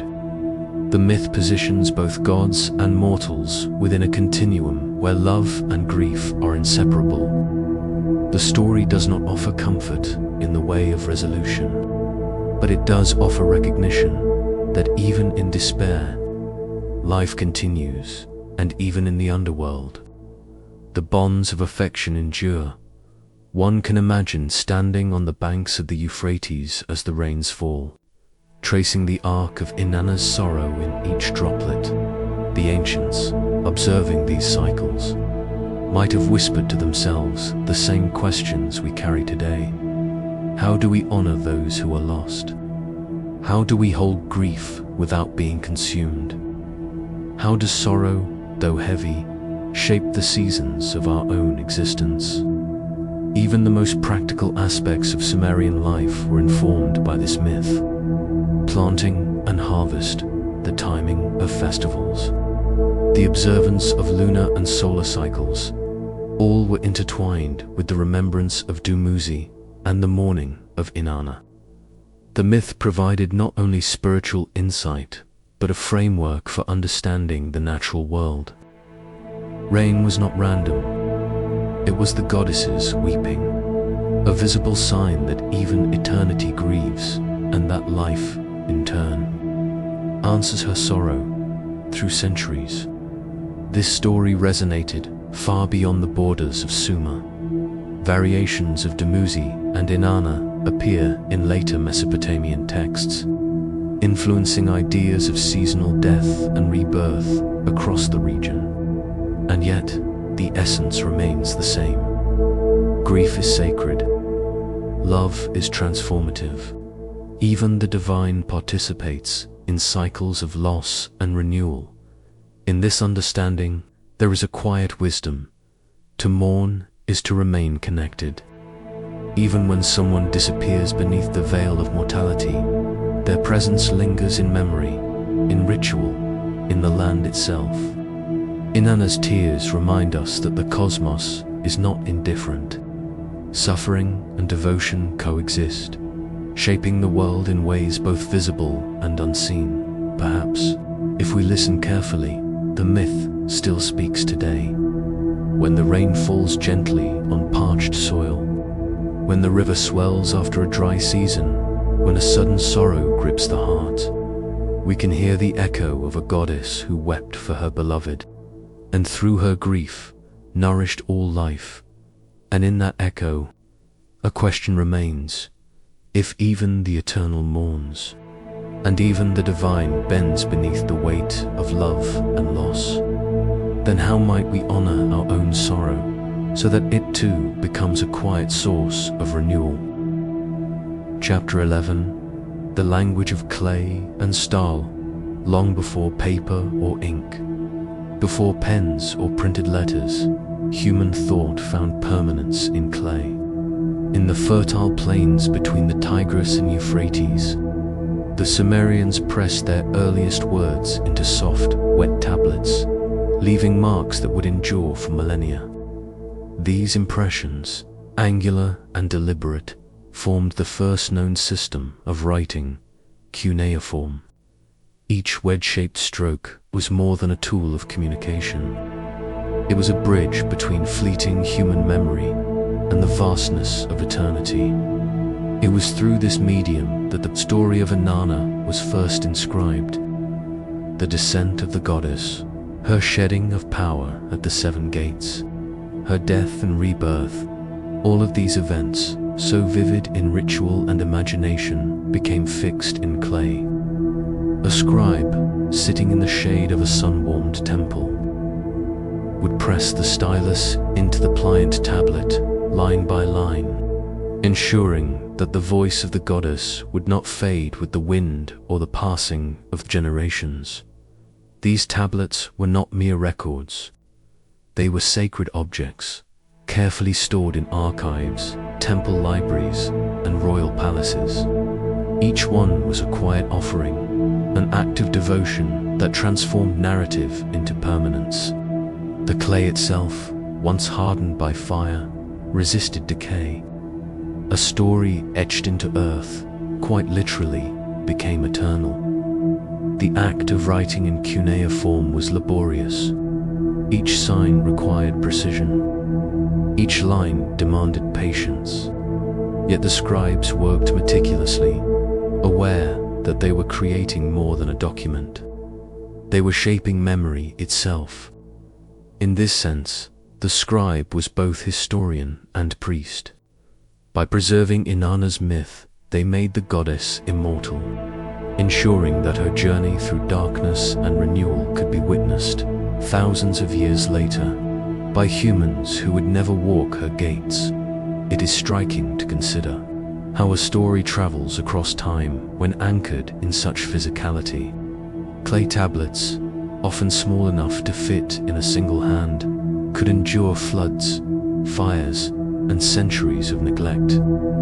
They survived the collapse of cities, the fall of empires, and the quiet erosion of civilizations. And yet, from these fragile artifacts, we hear Inanna's voice as clearly as if she was speaking across a table. The Sumerians understood something fundamental about storytelling. It is a technology of memory. By writing the myth, they were not only preserving events or entertaining listeners, they were encoding a worldview, a philosophy of existence. Inanna's descent, her encounters with death, and her eventual return were preserved not merely as tales but as lessons etched into a medium that would outlast flesh and breath. In this sense, clay becomes more than clay. It is a vessel for immortality. It is a silent witness to humanity's earliest efforts to comprehend the divine. When you hold a cuneiform tablet in your mind's eye, you can imagine the fingers pressing into its surface, the gentle tilt of the stylus, the careful repetition of lines until the story is fixed. Each mark, though small and angular, carries weight beyond its shape. Each wedge is a testament to memory made eternal, and there is poetry in this permanence. The same hands that molded the stories also looked to the sky. Sumerians were astronomers, mathematicians, and dreamers. They observed the stars, noting their cycles and movements, connecting the heavens to the rhythms of life on Earth. Innana herself was associated with Venus, the morning and evening star, her presence rising and falling in celestial patterns mirrored by the mortal world below. In this duality, clay and star, earth and sky intersect. The myth lives on the tablet, pressed into material form, while its divine inspiration moves through the heavens. Humanity's first writing, in this sense, was not only a technological achievement, but a spiritual one, a way to link the ephemeral with the eternal. The story becomes a bridge, connecting what is temporal with what endures beyond time. Every wedge in cuneiform carries layers of meaning. It is a syllable, a sign, a piece of thought, and yet, when combined, these marks form narratives that endure, like constellations arranged across a night sky. We, thousands of years later, read these symbols and encounter both a story and a civilization. Its values, its fears, its reverence for the unknown. Inanna's myth is inseparable from the medium that preserves it. Without clay, without careful inscription, the tale might have faded into oral tradition, its nuances lost. The act of writing made it sacred, permanent, and universally accessible across time. It is worth reflecting on the quiet genius of this process. By transforming story into object, the Sumerians created a technology that surpassed memory alone. Oral traditions are fragile. They change with every retelling, shaped by the speaker, the listener, and circumstance. Clay is steadfast. Once impressed and baked, a word does not alter. It exists independently, waiting for discovery, interpretation, and understanding. And yet, even in its permanence, it requires human attention. A tablet lying forgotten is inert. Its life is awakened only when someone reads it, contemplates it and engages with the world that it represents in this way. The language of clay mirrors the patterns of the stars. Both are records of time, both convey rhythm and order, and both offer a sense of continuity that transcends human life. One is tactile, earthly, and immediate. The other is distant, luminous, and eternal. Together, they anchor memory in two dimensions, the physical and the celestial. Consider the profound intimacy of holding a fragment of history in your hand, even if only imaginatively. A piece of fired clay, etched with the angular signs of cuneiform, becomes a doorway.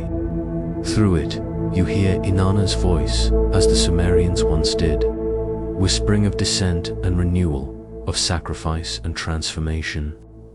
The goddess who traversed the underworld centuries before us continues to speak, preserved in a medium that, like the stars, transcends mortality. And there is a quiet lesson here about the power of recording thought. To write is to resist forgetting. To inscribe a story is to honor it, to give it permanence, and to recognize its worth. Through clay, the ephemeral becomes eternal, the mortal becomes immortal, and myth itself finds a home outside the fragile bounds of memory. Inanna's journey, pressed into earth, reminds us that stories are not merely entertainment. They are sacred vessels, bearing lessons, wisdom, and wonder across the ages. Every tablet, every wedge of cuneiform, is a testament to humanity's desire to touch eternity, to anchor the fleeting to something enduring. Perhaps, when we look up at the stars, we are reading the sky as the Sumerians once did, tracing patterns that speak to us of cycles, of light and shadow, of death and rebirth. And perhaps, when we imagine the clay tablets in a dim archive, we are touching a form of immortality, where human thought, divine myth, and material permanence converged in the quiet echo of these ancient marks.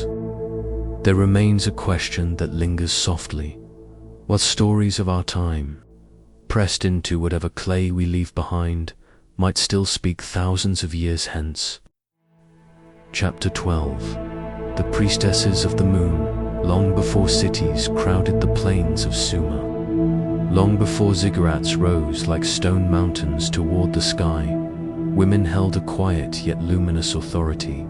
They were the priestesses of Innana, the earthly channels of a goddess whose essence blended love, war, and celestial movement. These women were more than ritual specialists.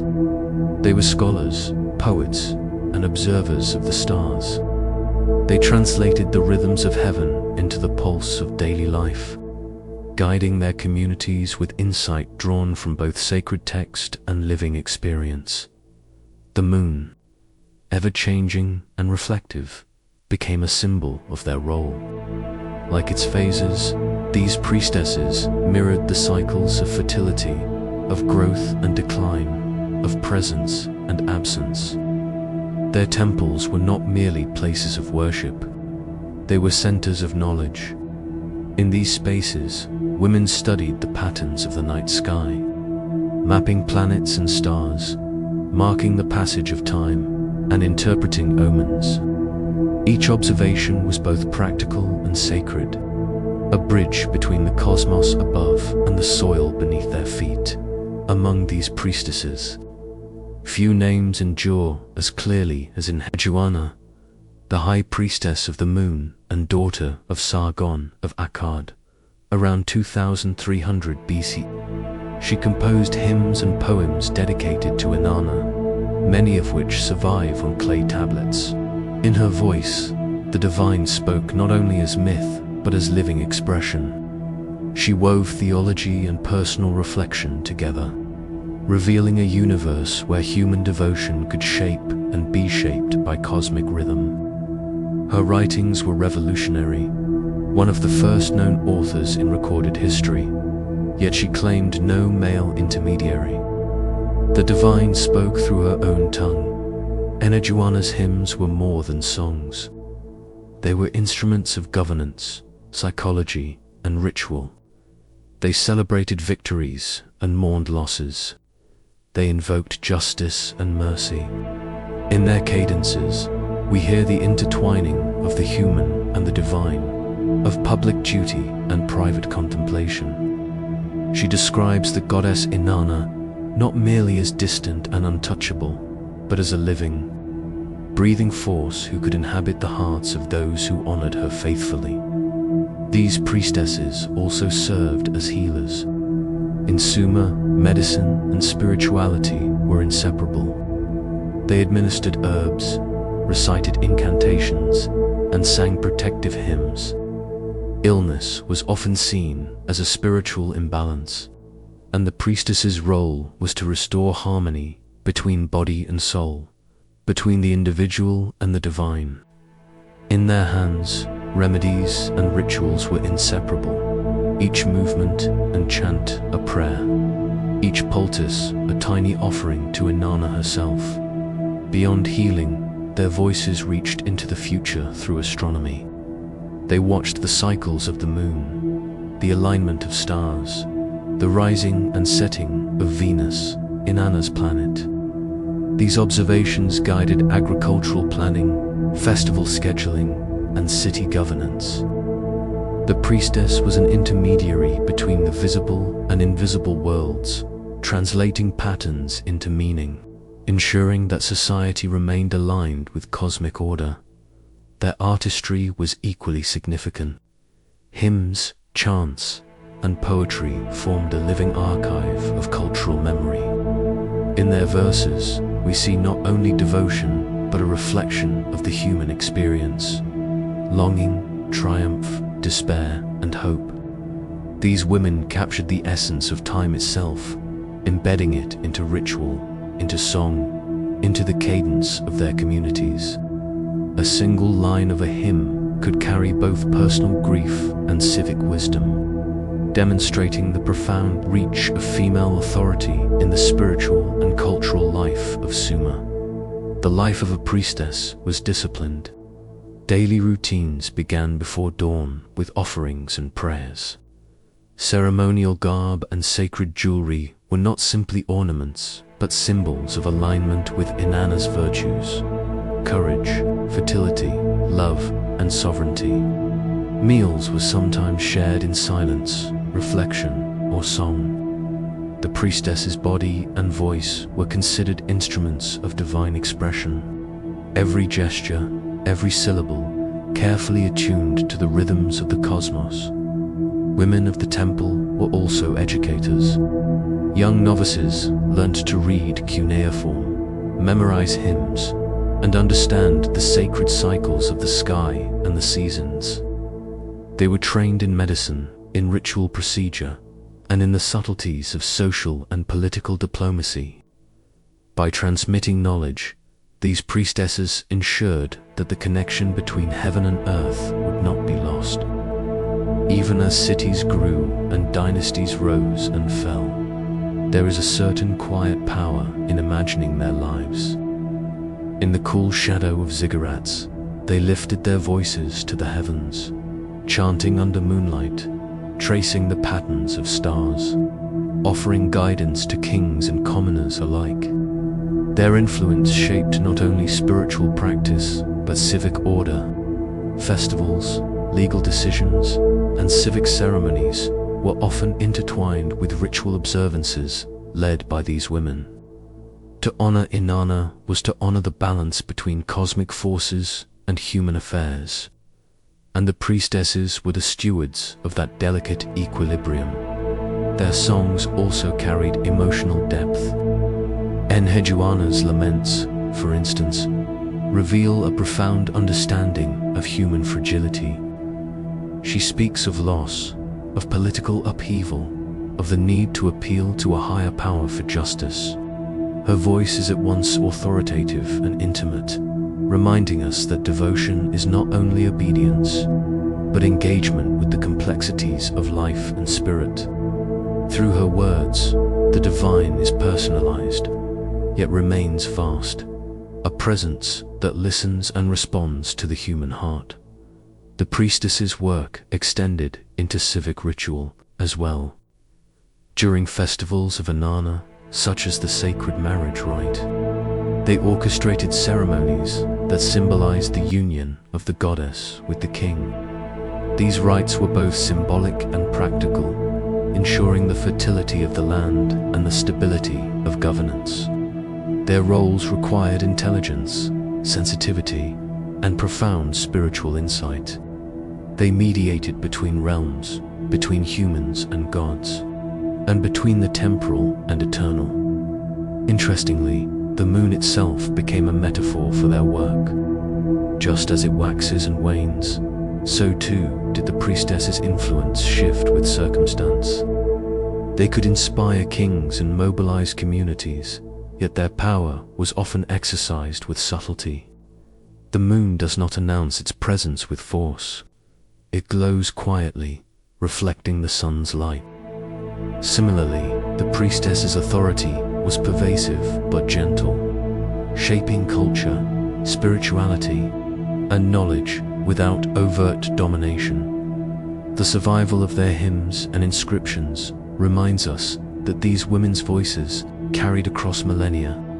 In a world often dominated by male rulers and scribes, they claimed a space where language, ritual, and intellect were their own. Their compositions were not only acts of devotion, but assertions of identity, proof that spiritual authority, intellectual curiosity, and cultural creation were not confined by gender.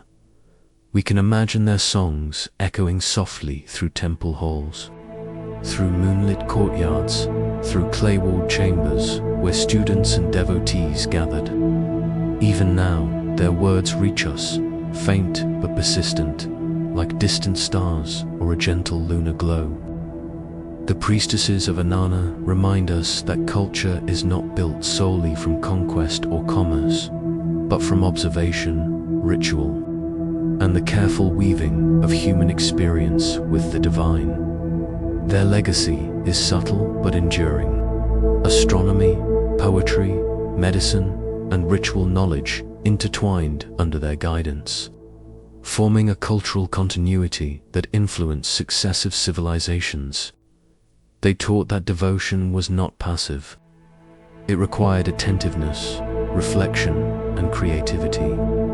Through their lives, the sacred became tangible in everyday acts, in song, in healing, in the observation of the heavens.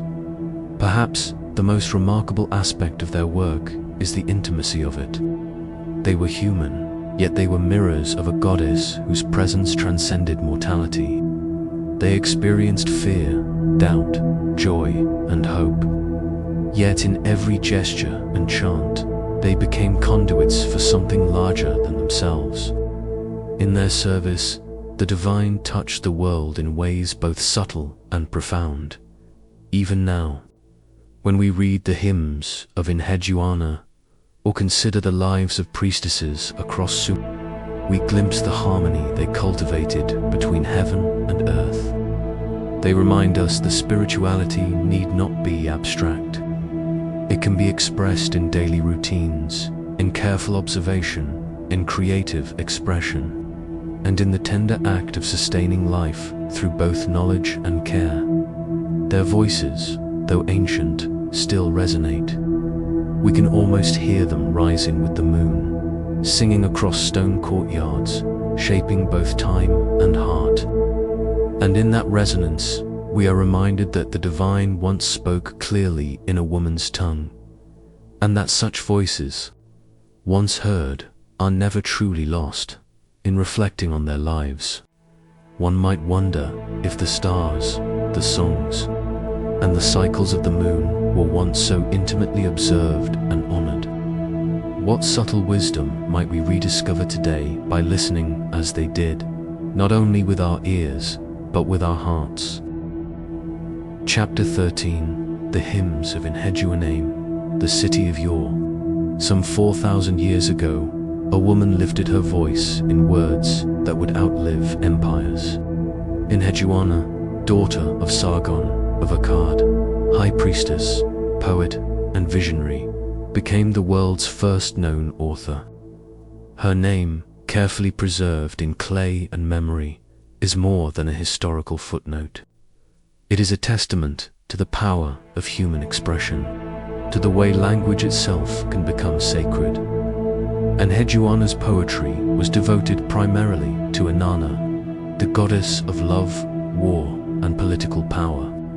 But these were not merely devotional texts, recited in ritual or whispered in temple corridors. Her hymns were living bridges between humanity and the divine, offering praise while articulating the very essence of human longing. In her words, the goddess is both intimate and formidable, a presence that commands reverence and evokes reflection. The hymns open with a directness that is striking even by today's standards. They begin not with ornate description, but with invocation, an acknowledgement of the goddess's power, her authority over life, death, and destiny. And yet, within this acknowledgement lies something else. The recognition that humanity is capable of reaching toward divinity through language, through careful attention, through the deliberate shaping of thought into sound. Enheduanna's poetry demonstrates that worship is not only a matter of ritual. It is an act of creativity, of conscious engagement with the mysteries of the cosmos. Her compositions carry layers of meaning. On one level, they are political tools, affirming the authority of her father's dynasty and stabilizing a city-state through sacred endorsement.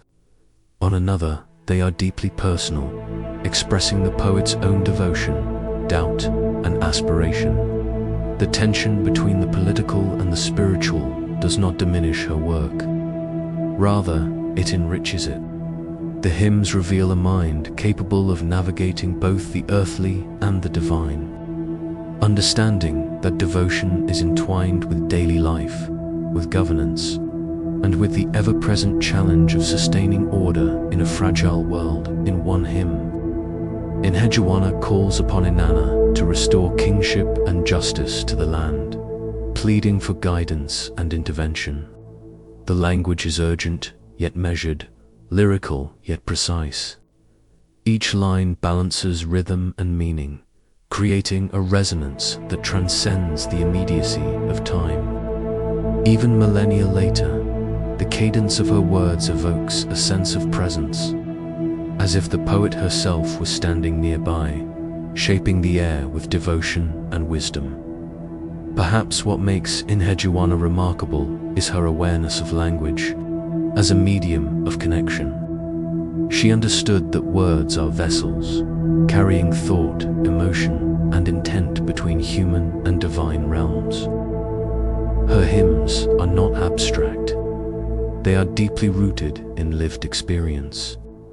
She speaks of cities, of temples, of social and political structures. She recounts the struggles of rulers, the fears of citizens, the fragility of life, and the constancy of change. In doing so, she transforms poetry into a sacred act, demonstrating that the act of creation itself mirrors the divine process.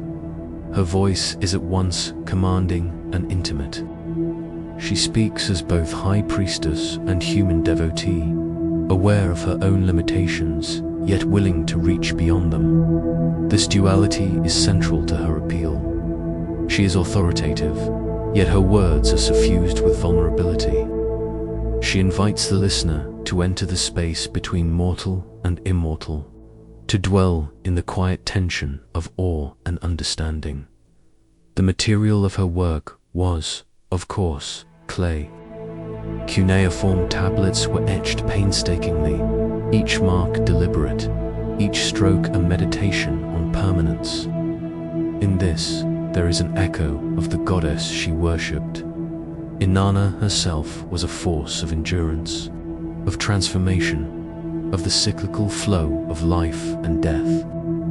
Just as Enheduanna's words were inscribed in clay, so too was the goddess's influence embedded in the city, in its politics, in the hearts of its people. The physical act of writing was inseparable from the spiritual act of devotion.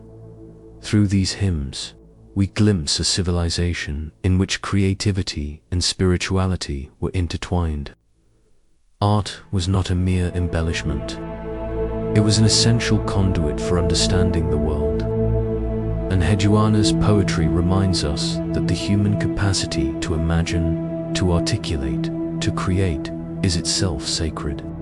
By giving her voice to the goddess, she affirms the sacredness of her own expression, teaching that every word, every line, every breath of artistic effort carries significance beyond the immediate. Enheduanna also navigated loss, exile, and political upheaval, and her hymns reflect this. In moments of personal despair, she turns to Innana for strength. The poetry does not hide grief or fear. It integrates them, allowing vulnerability to coexist with reverence.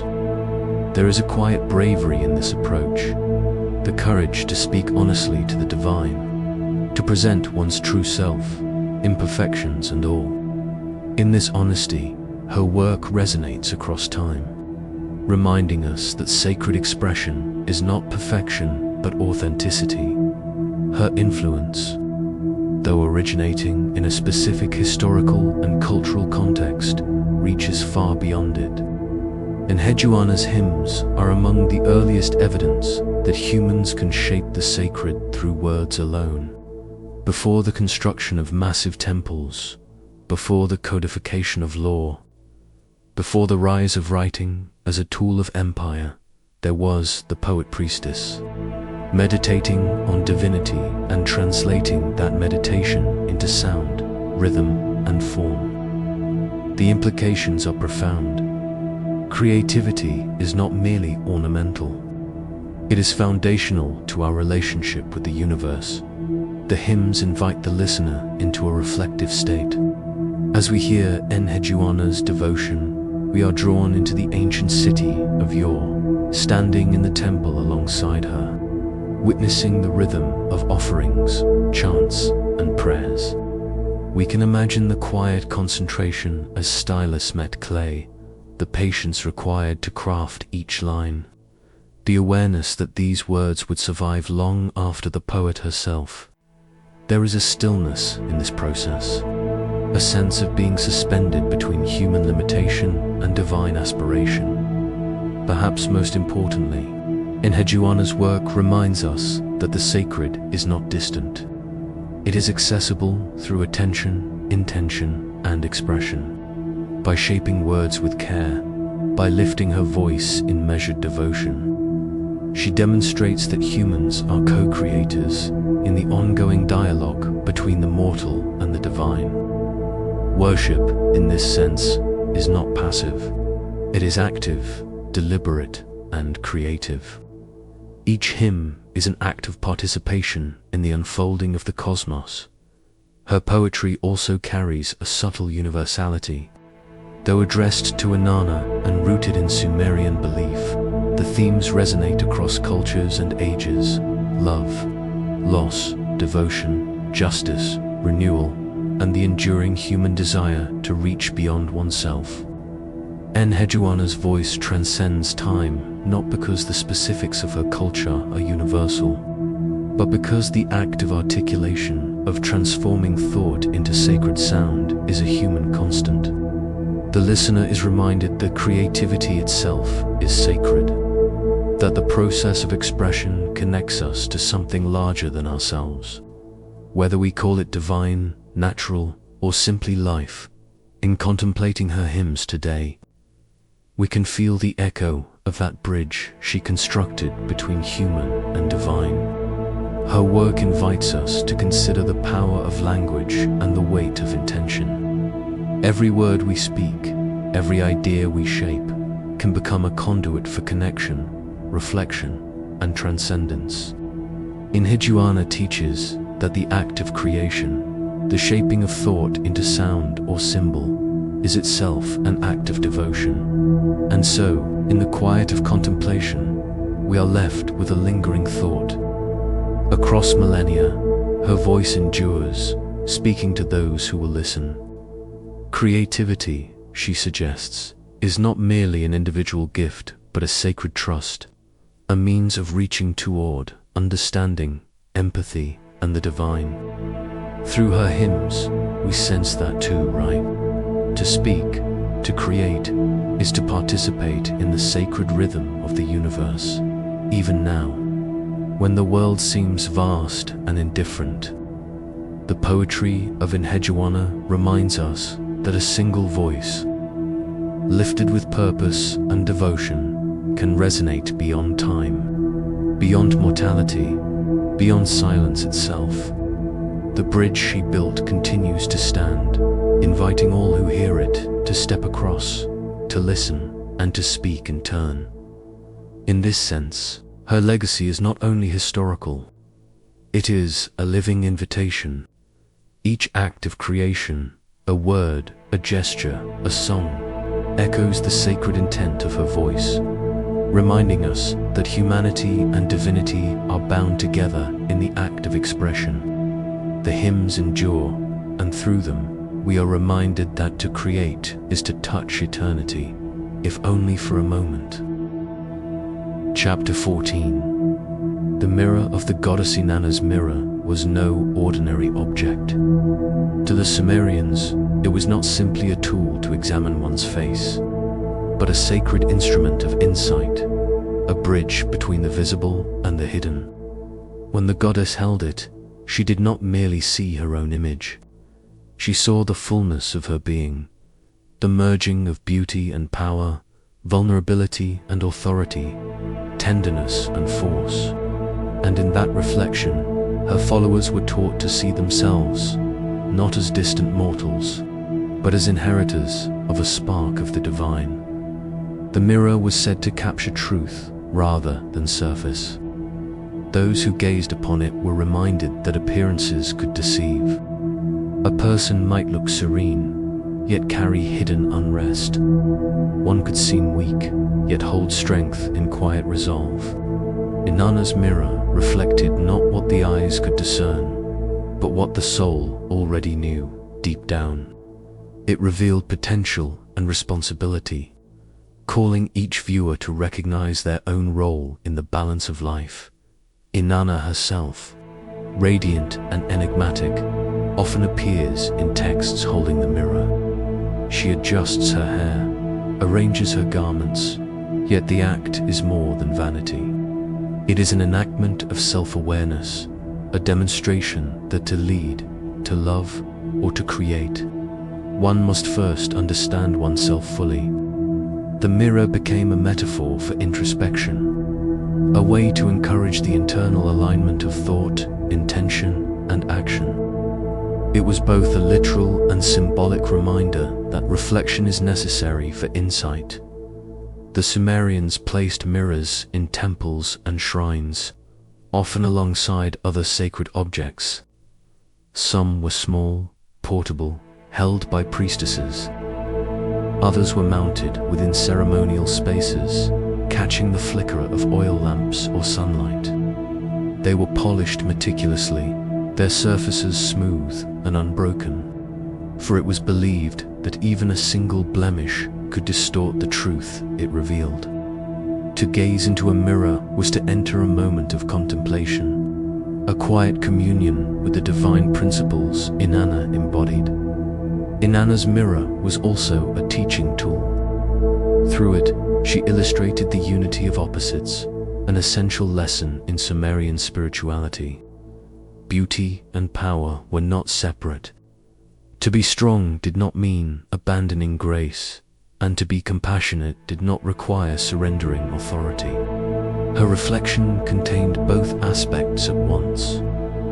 For her followers, this was an invitation to embrace complexity within themselves, to recognize that human life is rarely divided neatly into good and evil, strong and weak, sacred and mundane. The mirror's power lay in its honesty.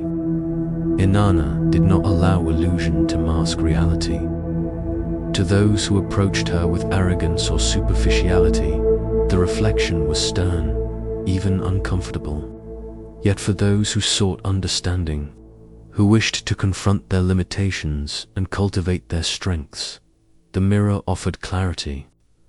It was both guidance and challenge, a reminder that seeing oneself truthfully is the first step toward living wisely.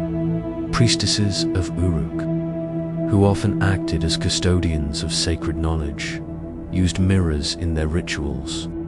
Before ceremonies, they would cleanse the surface, then gaze upon it in silence. Some texts describe them meditating on the duality of their nature, mortal fragility and divine spark. Through these moments, they aligned their intentions with the principles of Innana, preparing to perform rites with integrity, awareness, and devotion. The mirror in these practices was more than an object. It was a teacher, quietly illuminating the interior landscape of the soul in practical life. Mirrors also influenced Sumerian aesthetics and self-perception. Jewelry, headdresses, and finely crafted garments were arranged with care, but always in the understanding that true refinement began with the self. The mirror reminded each person that beauty was inseparable from character, and that adornment without self-knowledge was incomplete. It guided the community toward a subtle ethics of presence, the cultivation of awareness, attentiveness, and reverence for one's own role in the cosmic order. There is a quiet mystery in the symbolism of the mirror. It shows that the divine is not always distant or elevated. Inanna's reflection teaches that sacredness resides not only in temples or heavens, but within each person, in the choices they make, the courage they cultivate, and the compassion they extend. To see the goddess is to see oneself in her qualities, to recognize that the light of divinity is accessible, not as an abstract ideal, but as an intimate presence within daily life. The mirror also invites contemplation of the passage of time. As one gazes, they confront change, the fleeting youth, the impermanence of appearances, and the constancy of essence. Inanna's mirror encourages the viewer to accept transformation with grace, to understand that growth, decay, and renewal are all part of a sacred rhythm. By reflecting both what is and what might be, it becomes a tool for inner alignment, helping individuals reconcile their present selves with the potential they carry in this way. The mirror embodies a teaching of wholeness. Sumerians believed that understanding oneself fully, including contradictions, fears, and strengths, was an act of devotion. It was an acknowledgement that humanity and divinity are intertwined, that personal insight contributes to cosmic harmony. Inanna's reflection invites patience, humility, and courage, qualities necessary for leadership, creativity, and compassionate living. Even today, the concept resonates. Modern readers and spiritual seekers find in the mirror a symbol of introspection, a reminder that self-examination is not a judgment but a form of reverence. Inanna's lesson endures. True wisdom arises when we recognize the divine within ourselves, when we balance strength with empathy, and when we act from a place of integrated awareness. To stand before the mirror of the goddess is to pause, to breathe, and to witness. One may see vulnerability, one may see power, one may see fear, and one may see courage. In all of these reflections lies the teaching that wholeness is not perfection, but the conscious embrace of all that one is. Inanna's mirror reminds us that we do not need to ascend to the heavens to encounter the sacred. It is present in our own gaze, in the quiet understanding of our own heart, and so the mirror becomes more than a myth or ritual object. It becomes a living practice, a daily meditation on presence, balance, and self-knowledge. It whispers gently that the divine is not a distant authority to be worshipped in fear, but a reflection waiting patiently within us, waiting to be seen with clarity and compassion in the soft light of a temple at dusk, or in the quiet solitude of one's own reflection. The lesson remains. The path to the sacred begins with seeing oneself truly. To look into the mirror of the goddess is to encounter the possibility of unity, the integration of beauty, strength, vulnerability, and grace. And perhaps, in that silent observation, we can recognize that the reflection we see is not separate from the world we touch, the choices we make, or the love we give. Inanna's mirror teaches that revelation is not always found in distant visions or dramatic epiphanies. It is found in quiet awareness, in the patient alignment of the inner and outer worlds, and in the courage to witness ourselves without disguise. It is a reminder that the sacred lives in the ordinary, in the self, and in the delicate balance of power and compassion that shapes every human heart. To gaze into the mirror is to understand that the divine is never far. It has always been within. Chapter 15. The Descent of the Solon, the Ancient City of Uruk. The story of Inanna's descent into the underworld was told in hushed tones, in temple chambers where shadows gathered like living things. Unlike her radiant entrances into the dawn or her triumphs in the heavens, this journey led her into silence, into emptiness, into the domain of Ereshkigal, her sister and queen of the underworld. It was not a tale of conquest or display, but of surrender, and in this myth, the Sumerians encoded a profound understanding that the path toward renewal often passes through darkness. Inanna, adorned with the symbols of her power, the crown, the scepter, the beads of divine authority, stood at the threshold of the underworld, a realm where no light penetrates. Her descent was deliberate. She knew she would be stripped of every emblem, every sign of status, and even her life itself. Yet she moved forward, not in ignorance, but in conscious courage. To the ancients, her journey was a reflection of the soul's necessity. Before one can rise, one must first pass through shadow at each of the 7 gates of the underworld. Inanna was required to relinquish a part of herself. At the first gate, she gave up her crown. At the next, her necklace.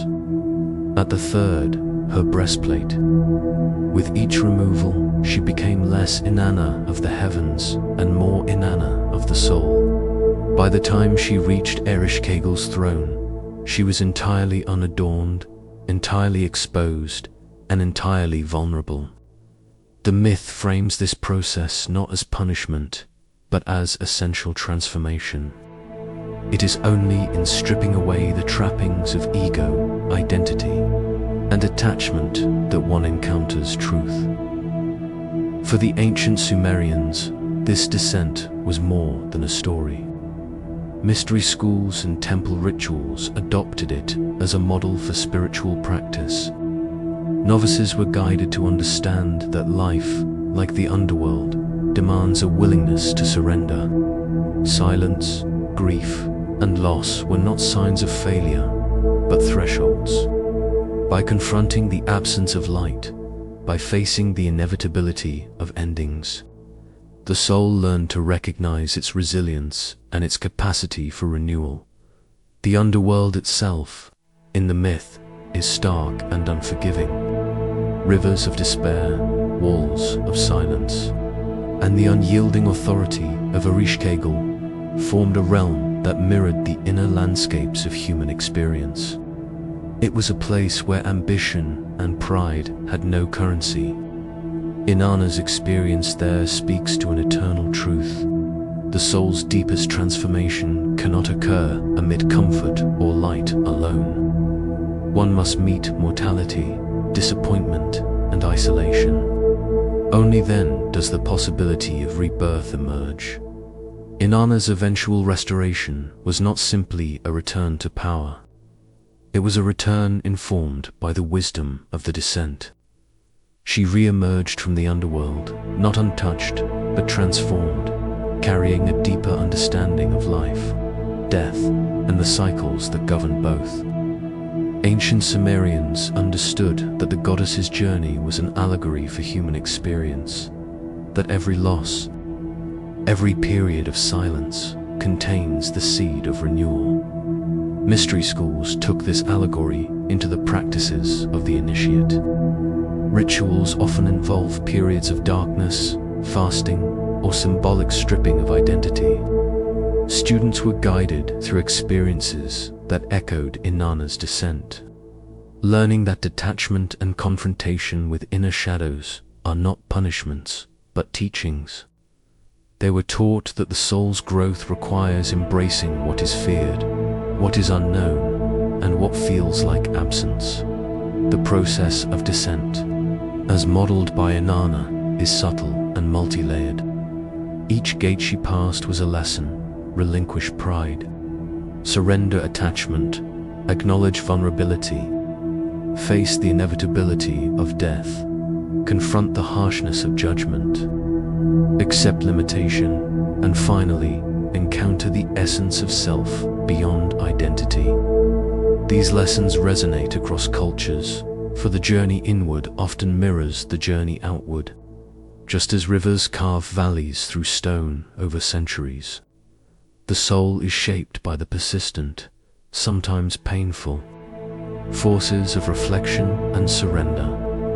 Inanna's myth also illuminates the paradox of power and humility.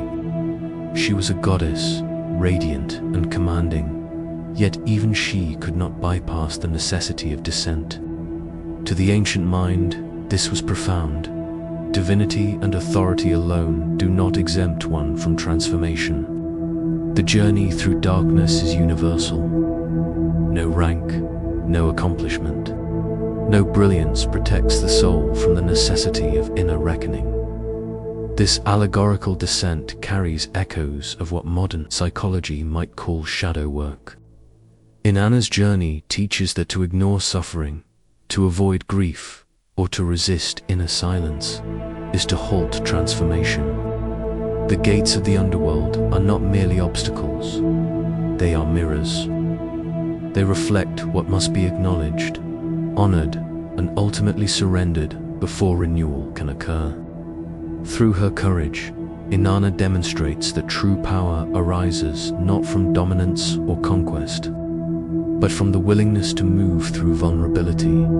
The story of Innana also explores duality in human experience. Life and death, presence and absence, joy and grief, these are not opposites to be rejected or feared, but complementary forces. By descending into the realm of Ereshkigal, Innana embraces duality fully. She experiences the extremities of existence and emerges with integration, a reflection of the soul's capacity to hold multiplicity without fragmentation. Ancient texts suggest that her descent was observed ritually through symbols and enactments. In mystery schools, devotees might undertake symbolic journeys into darkness, mirroring Inanna's passage. Silence, fasting, isolation, and reflection were the gates they passed. Through these acts, the initiate learned to witness suffering without attachment, to observe fear without succumbing to it, and to recognize the ephemeral nature of identity. These practices were not performed for spectacle, but to cultivate the internal readiness to receive life's fullness once again. There is also a subtle warning embedded in the myth. Inanna's descent was perilous, and many who enter the underworld without preparation or guidance could become lost. Likewise, human souls approaching transformation must do so with respect and intention. The descent is not conquest of darkness, but surrender to it. Only through deliberate engagement does the soul return transformed. It is a delicate, sacred process, one that honors both the depths of suffering and the heights of renewal. Inanna's eventual return from the underworld was marked by ritual and negotiation. She did not leave unscathed. She required the aid of intermediaries and was bound by agreements that emphasized reciprocity and the interdependence of forces. This illustrates another truth. Transformation is rarely solitary. Guidance, relationships, and the acknowledgement of cosmic law are necessary to navigate the trials of descent. Even the goddess could not emerge alone. The myth subtly conveys that surrender does not imply isolation. It is a passage in which community, ritual, and understanding play vital roles. The enduring significance of the descent of Innana lies in its universality. Across time, cultures have recognized the necessity of facing darkness to access renewal. From the Sumerian mystery schools to modern contemplative practices, the pattern is consistent. The soul must pass through silence, loss, and surrender. In doing so, it learns resilience, depth, and the profound wisdom that arises from intimate acquaintance with its own shadows. Her myth invites gentle reflection. What is it within yourself that awaits a descent? Where might silence, loss, or surrender serve not as punishment, but as a teacher? Inanna's story reminds us that these moments, as challenging as they appear, contain the seeds of transformation, of wisdom, and of rebirth. The descent is not an end, but a passage, a deliberate journey into the depths, where the soul discovers its capacity for renewal. Even now, if one closes their eyes and listens to the quiet between thoughts, the spaces between breaths, one might feel the echo of Inanna's descent. There is a stillness there, a shadowed corridor of the inner self. And as the myth whispers across millennia, it leaves an unspoken question. If every soul must pass through shadow to find the light, how might you, in your own life, enter the gates of transformation with courage, surrender, and awareness? Chapter 16. The Feminine Divine Across Cultures, Cross Time and Space. The image of the feminine divine emerges again and again, like a river that changes course but carries the same water. From the deserts of Egypt to the fertile plains of Mesopotamia, across the Mediterranean to Greece, and deep into the subcontinent of India, cultures have given shape to a presence that is at once human and transcendent. Inanna, the star goddess of Sumer, is the earliest embodiment we know in written form, but she is far from alone. Her essence, that luminous combination of love, power, creativity, and transformation, finds resonance in countless goddesses across the world. In Egypt, Isis embodies aspects that echo Inanna's story.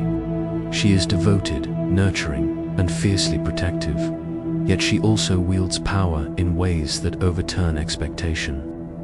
Isis weaves magic and wisdom to restore her husband Osiris to life, bringing regeneration not only to him, but to the world around them. Her story carries the same rhythm as Dumuzi's and Inanna's: death and absence, grief and mourning, and finally, the cycle of return. Isis teaches that the feminine divine is not passive. She moves through life and death with intention, shaping the cosmos through devotion, cunning, and care. Across the Aegean, in the cultures of Greece, we encounter Aphrodite, whose beauty, allure, and capacity to ignite desire recalls aspects of Inanna's radiant and magnetic presence.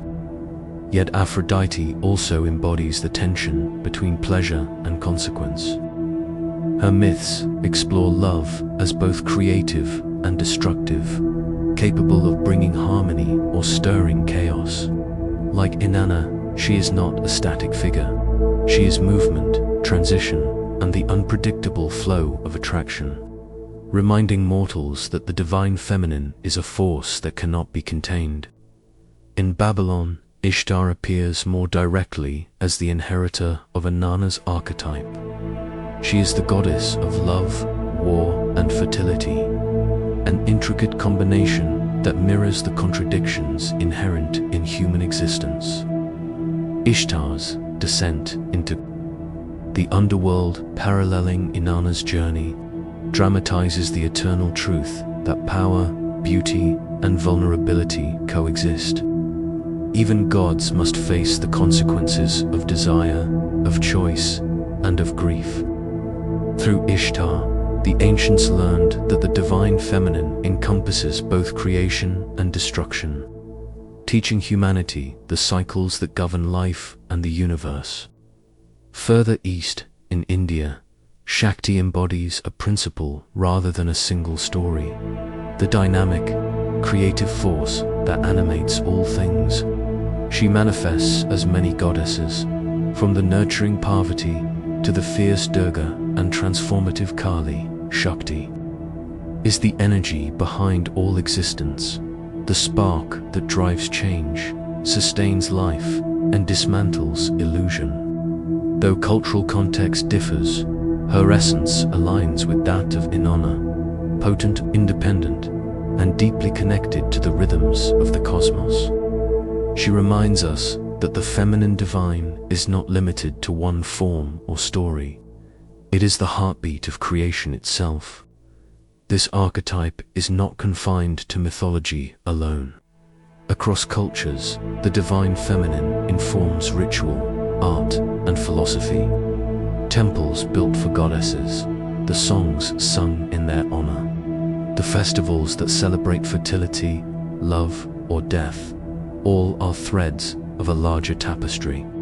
From the ziggurats of Uruk to the pyramids of Egypt, from Greek amphitheaters to Indian riverbank shrines, humans have sought to honor a presence that is at once intimate and cosmic.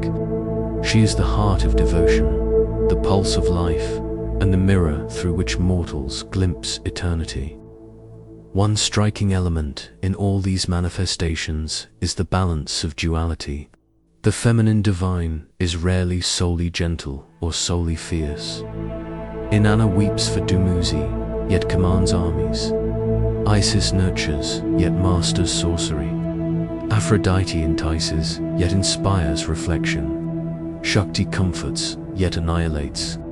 Each embodies complexity, teaching that power and vulnerability, love and loss, creativity and destruction are inseparable. Through her, cultures recognize that life itself is layered, multifaceted, and paradoxical. The spread of this archetype across civilizations suggests something deeper than coincidence. There is a universal human impulse to give form to the forces that birth, sustain, and transform existence. Inanna's light, whether remembered as Innana, Ishtar, Isis, Aphrodite, or Shakti, offers a lens through which humanity has sought to understand its own capacity for creation, desire, grief, and transcendence. She is the reflection of the invisible patterns that govern our lives, the quiet teacher that whispers of cycles and connections beyond what can be seen in ritual and daily life. The feminine, divine-shaped ethics and values, Inanna and Ishtar, taught responsibility in love and power. Isis modeled loyalty and ingenuity. Aphrodite explored the consequences of desire. Shakti illustrated that life is a constant negotiation of forces. These lessons were not abstract, they were lived. Festivals, hymns, and offerings were ways for mortals to align themselves with cosmic rhythms, to participate in cycles of birth, death, and renewal, to recognize that human emotion mirrors the movement of the universe itself. Even the artistic expressions of these goddesses carry profound meaning. Reliefs, statues, and paintings preserve gestures, postures, and symbols that communicate essence without words. Inanna holds the rod and ring. Ishtar is depicted with lions.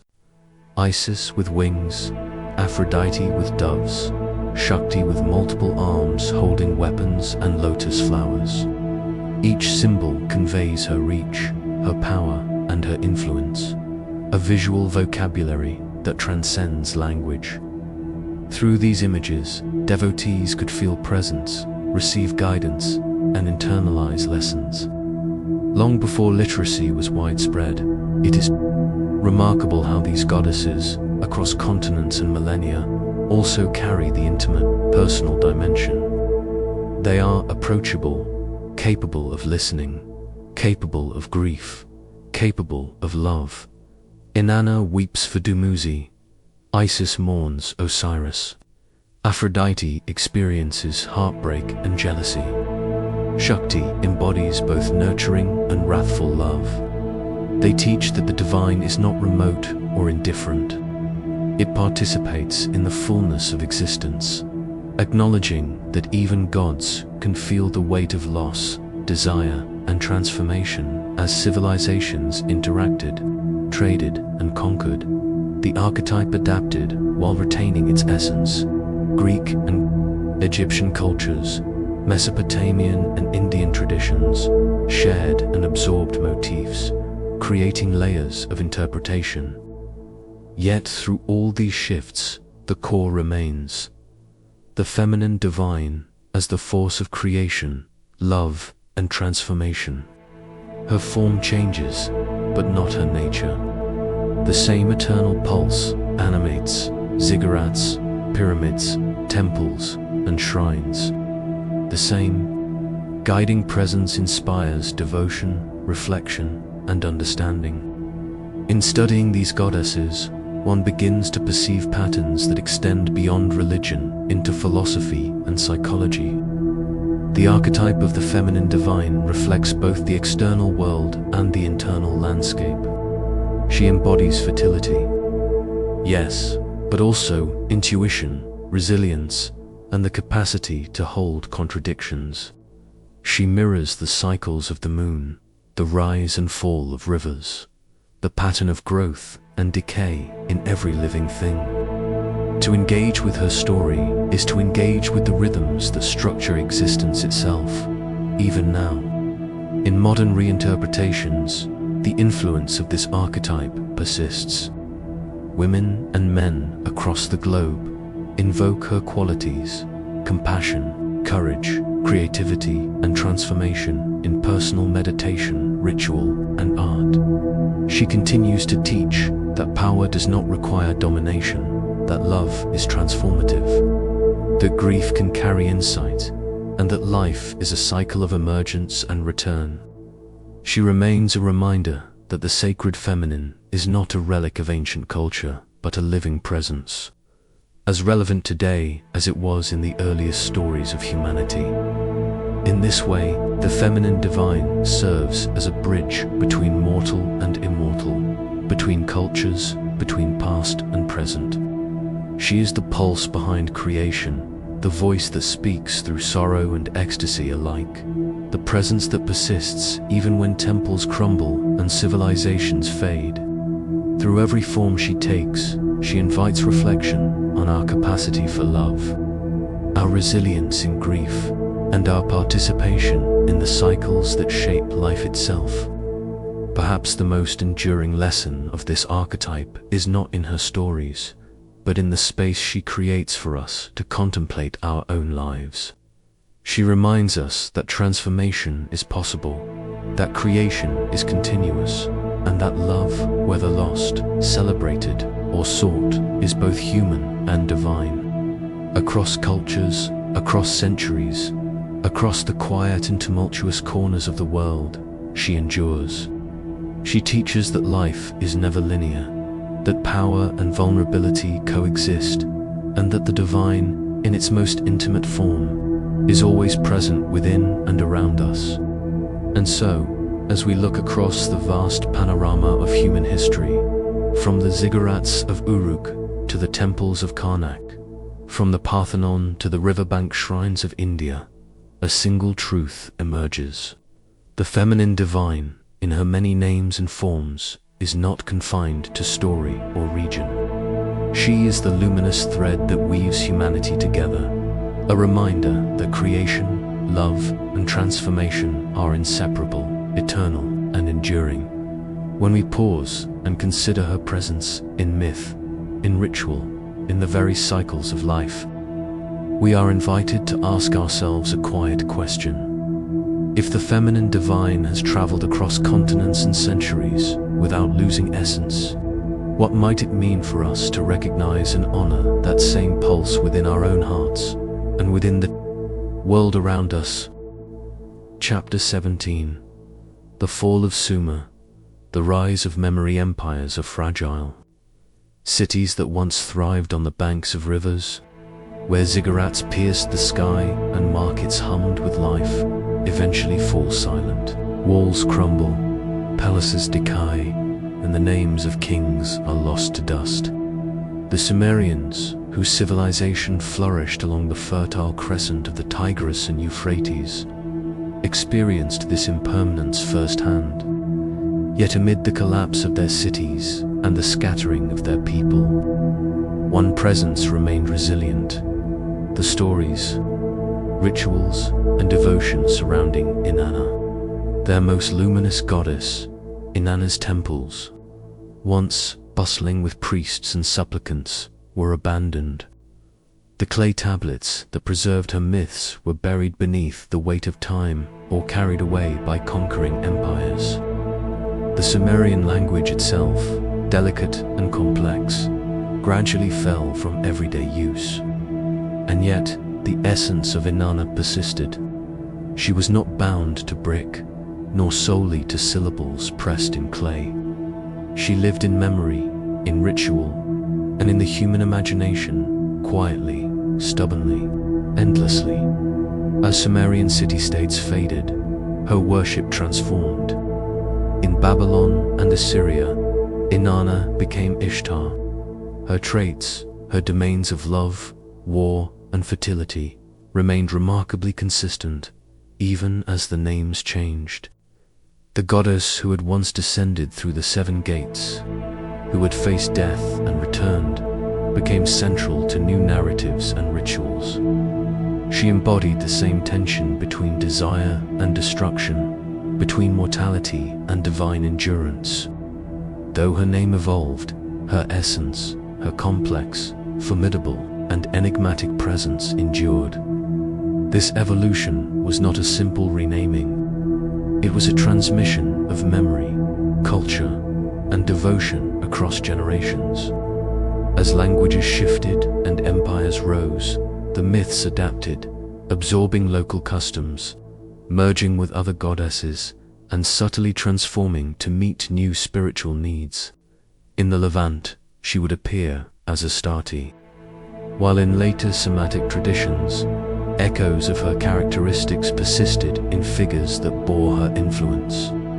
From Venus to the archetypes of the goddess in Western imagination, the survival of her worship offers a profound lesson in the resilience of human memory. Material civilizations crumble. Their walls, statues, and records may vanish. Yet the ideas, the archetypes, and the stories, especially those that touch on universal human experiences such as love, death, power, and rebirth, are far more enduring. The essence of Innana illustrates how myth can outlive the very civilization that created it. She exists wherever devotion, imagination, and remembrance intersect. One of the most remarkable aspects of this continuity is how cultural memory functions. The people who first honored Innana could scarcely have imagined the paths her worship would take centuries later. Yet, the symbolic core, her strength, her vulnerability, her descent and return traveled, quietly shaping religious thought across regions and epochs. Memory, in this sense, is not passive. It adapts, it translates, and it preserves meaning. Even when the structures that supported it vanish, the fall of Sumer was not abrupt. Over centuries, waves of migration, conquest, and assimilation reshaped the landscape. Ur and Uruk, Eridu and Lagash, once centers of divine cult and political power, declined. Yet in the temples and in the hearts of worshippers, the stories of Innana lingered. Each recitation, each ritual gesture, reinforced the continuity of the goddess even as her cities fell into dust. By the time her name had become Ishtar, the human devotion surrounding her had already outlasted the empire that gave it life. This transformation raises a question central to the study of myth. What truly endures, the material structures or the memory they inspire? Inanna's worship demonstrates that memory is a form of immortality. It is a vessel that carries the spirit of civilization beyond the collapse of walls, beyond the silence of abandoned streets. Through ritual, story, and art, the goddess persists, quietly defying the impermanence of human constructs. Even as Ishtar, the goddess retained the dualities that made Innana compelling. Her power could nurture or destroy. Her love could heal or consume. Devotees continued to seek her favor, to tell her stories, to honor her mysteries. The essence of the goddess became a thread connecting distant cultures and centuries, a line of continuity that bridged the fall of one empire and the rise of others. The subtle metamorphosis of Innana into Ishtar and later Astarte also reflects a broader truth about human religiosity. The gods and goddesses we create are flexible, capable of surviving change in form, language, and context. They endure not because they are immutable, but because they are adaptable, mirrors of our own evolving needs and values. The memory of a deity, once ignited, becomes independent of the civilization that sparked it. It moves, reshapes itself, and persists in ways that human planners seldom foresee. By tracing this lineage, one observes a striking continuity. Devotion can outlive the very structures that first demanded it.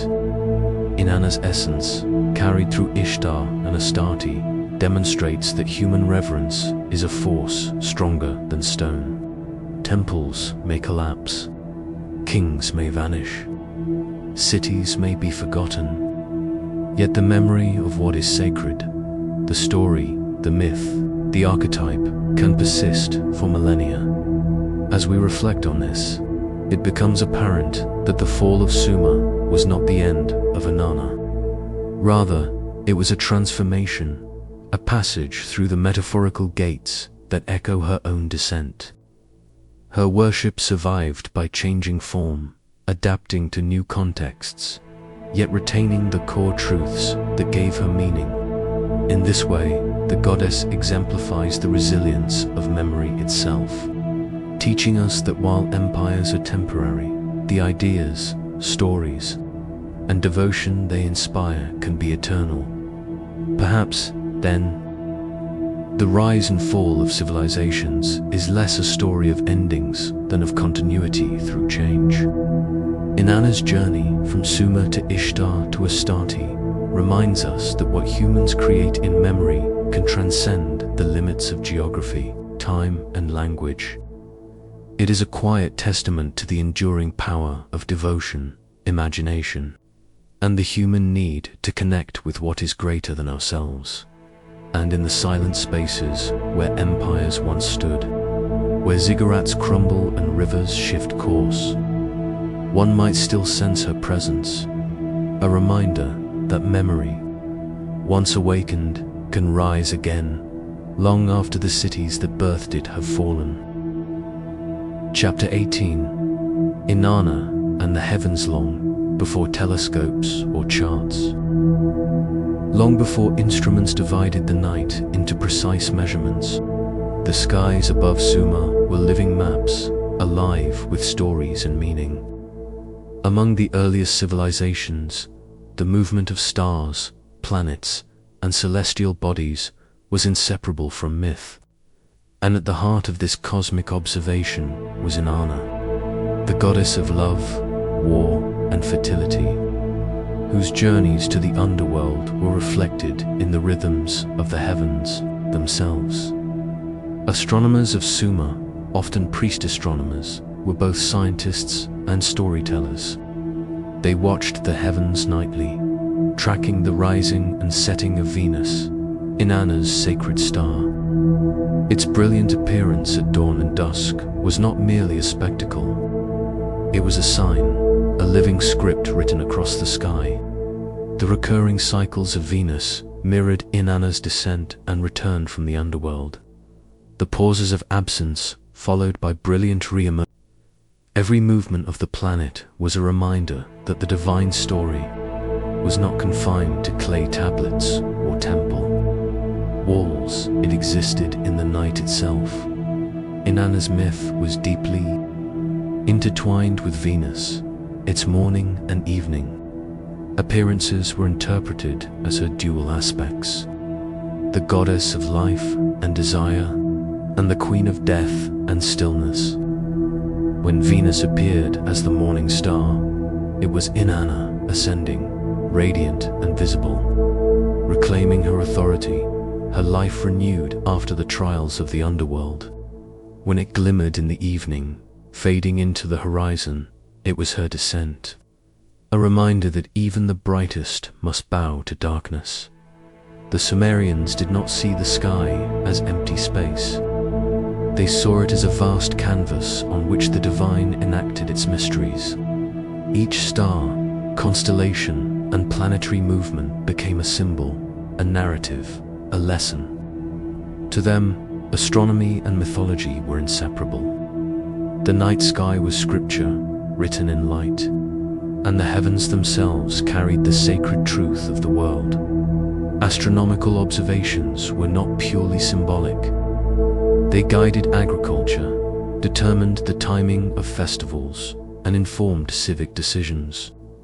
The rising of Venus signaled planting or harvest, while other celestial events marked festivals honoring gods and goddesses. Through these patterns, the myth of Innana was not abstract or static. It was woven into the fabric of daily life. People lived alongside her story, mapping her journey in the stars, observing her power reflected in the heavens. Priest astronomers carefully recorded the positions of Venus and other planets on clay tablets, often linking these observations to ritual actions. They created schedules for ceremonies and offerings that corresponded to Inanna's celestial movements. In this way, the myth was not merely preserved, was enacted, observed, and repeated across generations. The heavens themselves became a living liturgy, a nightly ritual of narrative and devotion. Inanna's descent to the underworld, a story of death, grief, and transformation, was mirrored in Venus's disappearance from the night sky. The temporary absence was a pause, a moment of tension and reflection. The Sumerians understood that life required such intervals of darkness, that endings were as sacred as beginnings. When Venus reappeared, brilliant and unmistakable, it was not simply an astronomical event. It was the goddess' triumphant return, a renewal of cosmic order, a reassurance that cycles endure and life is restored. The precision with which Sumerian astronomers observed Venus is remarkable. They noted its greatest elongations, its retrograde motions, and its conjunctions with the sun. Even without modern instruments, they recognized complex celestial patterns and connected them to the rhythms of myth and ritual. This practice demonstrates how deeply embedded spirituality and science were in Sumerian society, not separate pursuits, but complementary ways of understanding the cosmos. Through these observations, Inanna's story transcended mere tale. It became a framework for understanding time, cycles, and transformation. The heavens were not indifferent. They were conscious, responsive, and intertwined with human experience. Every rise and fall of Venus reminded the people of Sumer that the divine was present, active, and mirrored in the rhythms of the natural world. Stars and planets also offered moral and philosophical reflection. Inanna's journey suggested that trials and tribulations were not anomalies, but integral parts of life. Her descent into the underworld mirrored human experience, loss, grief, and confrontation with shadow. Her ascent mirrored hope, resilience, and renewal. By embedding these lessons in the movements of Venus, the Sumerians created a cosmic mirror for the human condition, one that was observed nightly, quietly, and with reverence beyond Venus. Other celestial bodies were connected to Innana and her divine family. The moon, associated with Nana and reflected in the cycles of priestly observation, complemented Venus' narrative, marking time and shaping ritual. Constellations told stories of gods and ancestors, forming a celestial genealogy that mapped divine influence across both sky and society. Every observation reinforced the sense that humans and gods shared the same ordered universe, each responding to the other. The practice of celestial mapping also preserved the myth itself, by encoding Inanna's journeys into planetary and stellar cycles. The story became timeless, accessible to generations that might never read the original cuneiform tablets. Night after night, her presence was reaffirmed. The myth endured, not in static text, but in living motion across the heavens. There is also a philosophical depth in this connection. To observe Venus, to chart her movements, was to witness impermanence and continuity simultaneously. The goddess could vanish and return, yet her pattern was predictable, reliable. Inanna's story, mirrored in the skies, offered a model for understanding change. Endings are followed by beginnings, absence by presence, sorrow by renewal. The heavens, like myth, taught resilience, patience, and reverence for cycles beyond human control. Innana and the heavens also remind us that knowledge and devotion were not separate in Sumerian culture. Astronomers were priests. Priests were poets. Observation was itself an act of worship. The study of Venus became meditation, reflection, and celebration. Every detail, every calculation, every chant accompanying the observation was a way of honoring the goddess, linking empirical insight with spiritual engagement. Even now, when we look at Venus rising in the sky, the same brilliance that once inspired awe in the temples of Uruk continues to remind us of these ancient practices. The star is not merely a planet. It is a reflection of human attention, devotion, and imagination. It carries the echoes of myths and rituals that mapped divine journeys onto the cosmos, transforming observation into sacred experience. The Sumerians understood that the universe itself could speak. Through Innana, Venus, and the endless stars, they found a language of cycles, shadow, and light. The night sky became more than a backdrop. It was a living text, a storybook of divine movement, a guide for reflection and understanding. Inanna's presence in the heavens demonstrates that myth need not remain confined to earth. It can rise, quite literally, into the vastness above, where every movement tells a story, and every observer becomes part of the unfolding narrative. And perhaps, as we watch the morning or evening star today, we too are participating in this ancient dialogue, tracing the divine story in light and shadow, contemplating the mysteries of descent and return, of loss and renewal, written not on clay, but across the eternal night sky. Chapter 19. The echo in modern faiths. Inanna's temples, once vibrant with song, incense, and devotion, have long since crumbled to dust. The city walls that framed her rituals are worn smooth by centuries of wind and rain, and the clay tablets that recorded her myths have been buried, uncovered, and catalogued in museums far from the places they once sanctified. Yet, despite this passage of time, her essence persists. It moves quietly through the veins of human culture, manifesting in stories, in symbols, in the myths that continue to shape how we understand love, power, and transformation. The goddess of your, whose duality embraced both tenderness and ferocity, finds echoes in the figures we revere today. Consider Mary, Mother of Christ, whose compassion and sorrow bear traces of Inanna's own journey through love, death, and renewal. The iconography of Mary cradling her child, the tender melancholy in her gaze, resonates with the same themes of vulnerability and maternal power that Enheduanna once celebrated in hymns to Innana. The continuity is subtle, often unconscious, yet undeniable. Devotion, protection, and the capacity to endure suffering are qualities that transcend cultures, preserved in memory through archetypes and narratives. Similarly, Venus, Aphrodite, and other deities of beauty, desire, and fertility carry fragments of Inanna's presence. Their allure is not simply physical.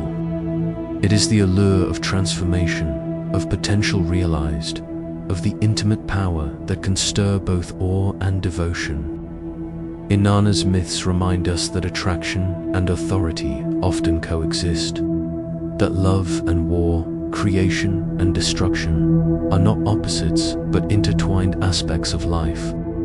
These patterns repeat across time and geography, subtly guiding art, literature, and ritual even when her name is no longer spoken aloud.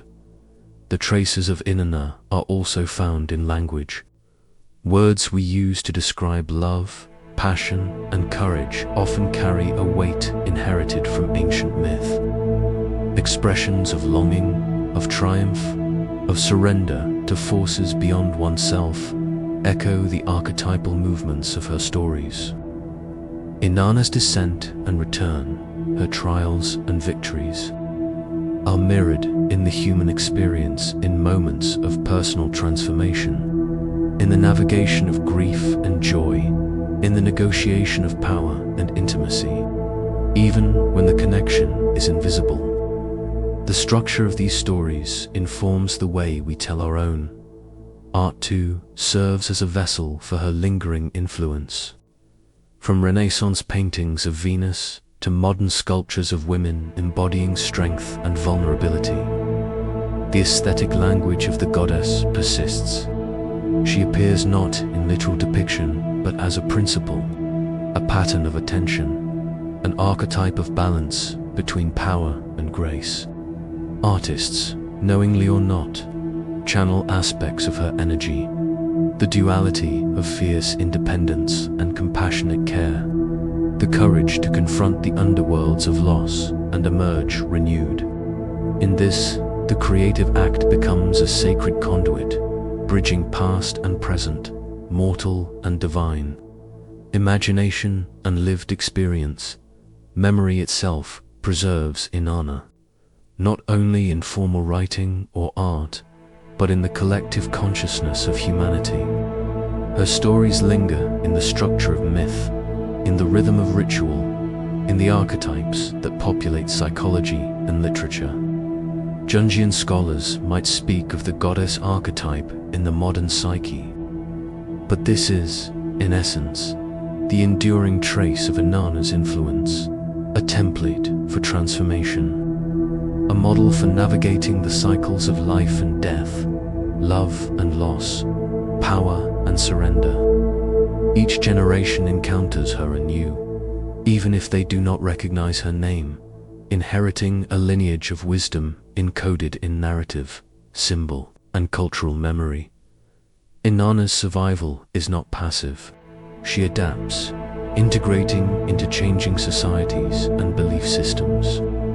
In Christianity, she can be glimpsed in Mary and in the saints who embody both compassion and courage. In classical myth, she resonates in Aphrodite's seduction and Athena's strategic wisdom. Even in secular narratives, from literature to cinema, the echoes of her journey appear in heroines who descend into hardship, confront their own shadow, and emerge transformed. Her archetype has become a framework for exploring human experience, an enduring guide to navigating complexity, desire, and resilience.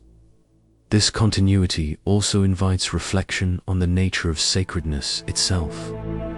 If a goddess can persist without temples or formal worship, it suggests that divinity is not confined to physical structures or official cults.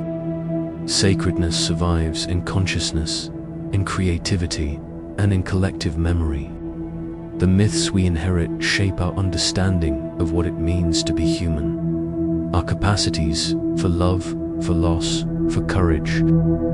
Inanna's presence reminds us that spiritual truths do not vanish with time. They transform, finding new forms in the hearts and minds of those who listen, even in the mundane. Echoes of Innana are present, in moments of quiet reflection, in acts of courage, in the pursuit of justice or the creation of beauty. One can sense the pulse of her influence. The stories of descent, death, and return are not merely historical artifacts. They are templates for modern experience.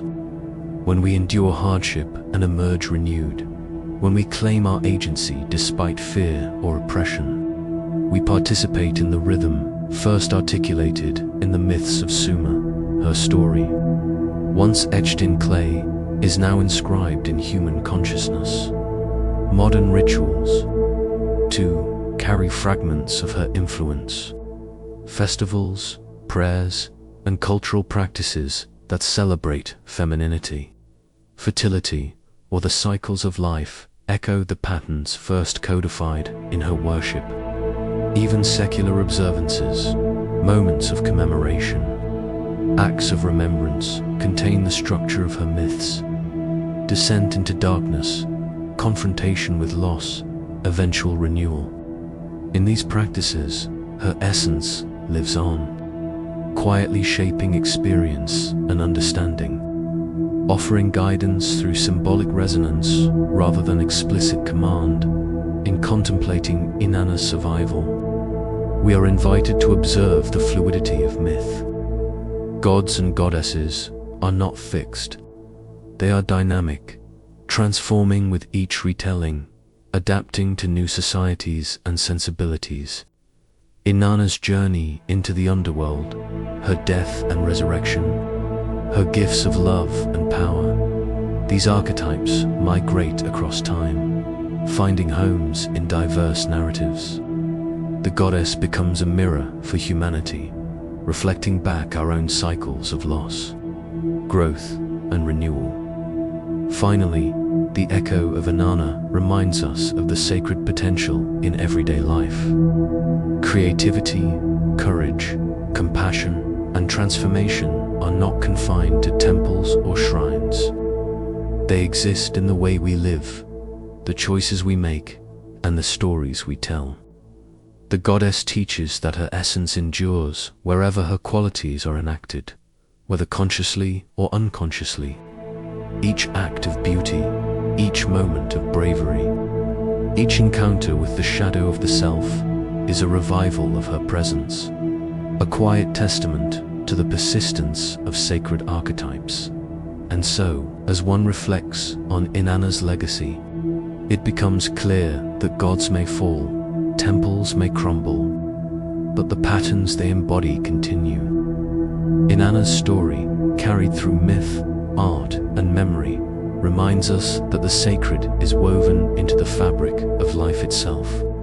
Her voice whispers through time, inviting us to recognize the divine echoes that surround us, to honor the cycles of transformation, and to find within our own experience the living presence of a goddess who, though unnamed in modern worship, continues to shape the human heart.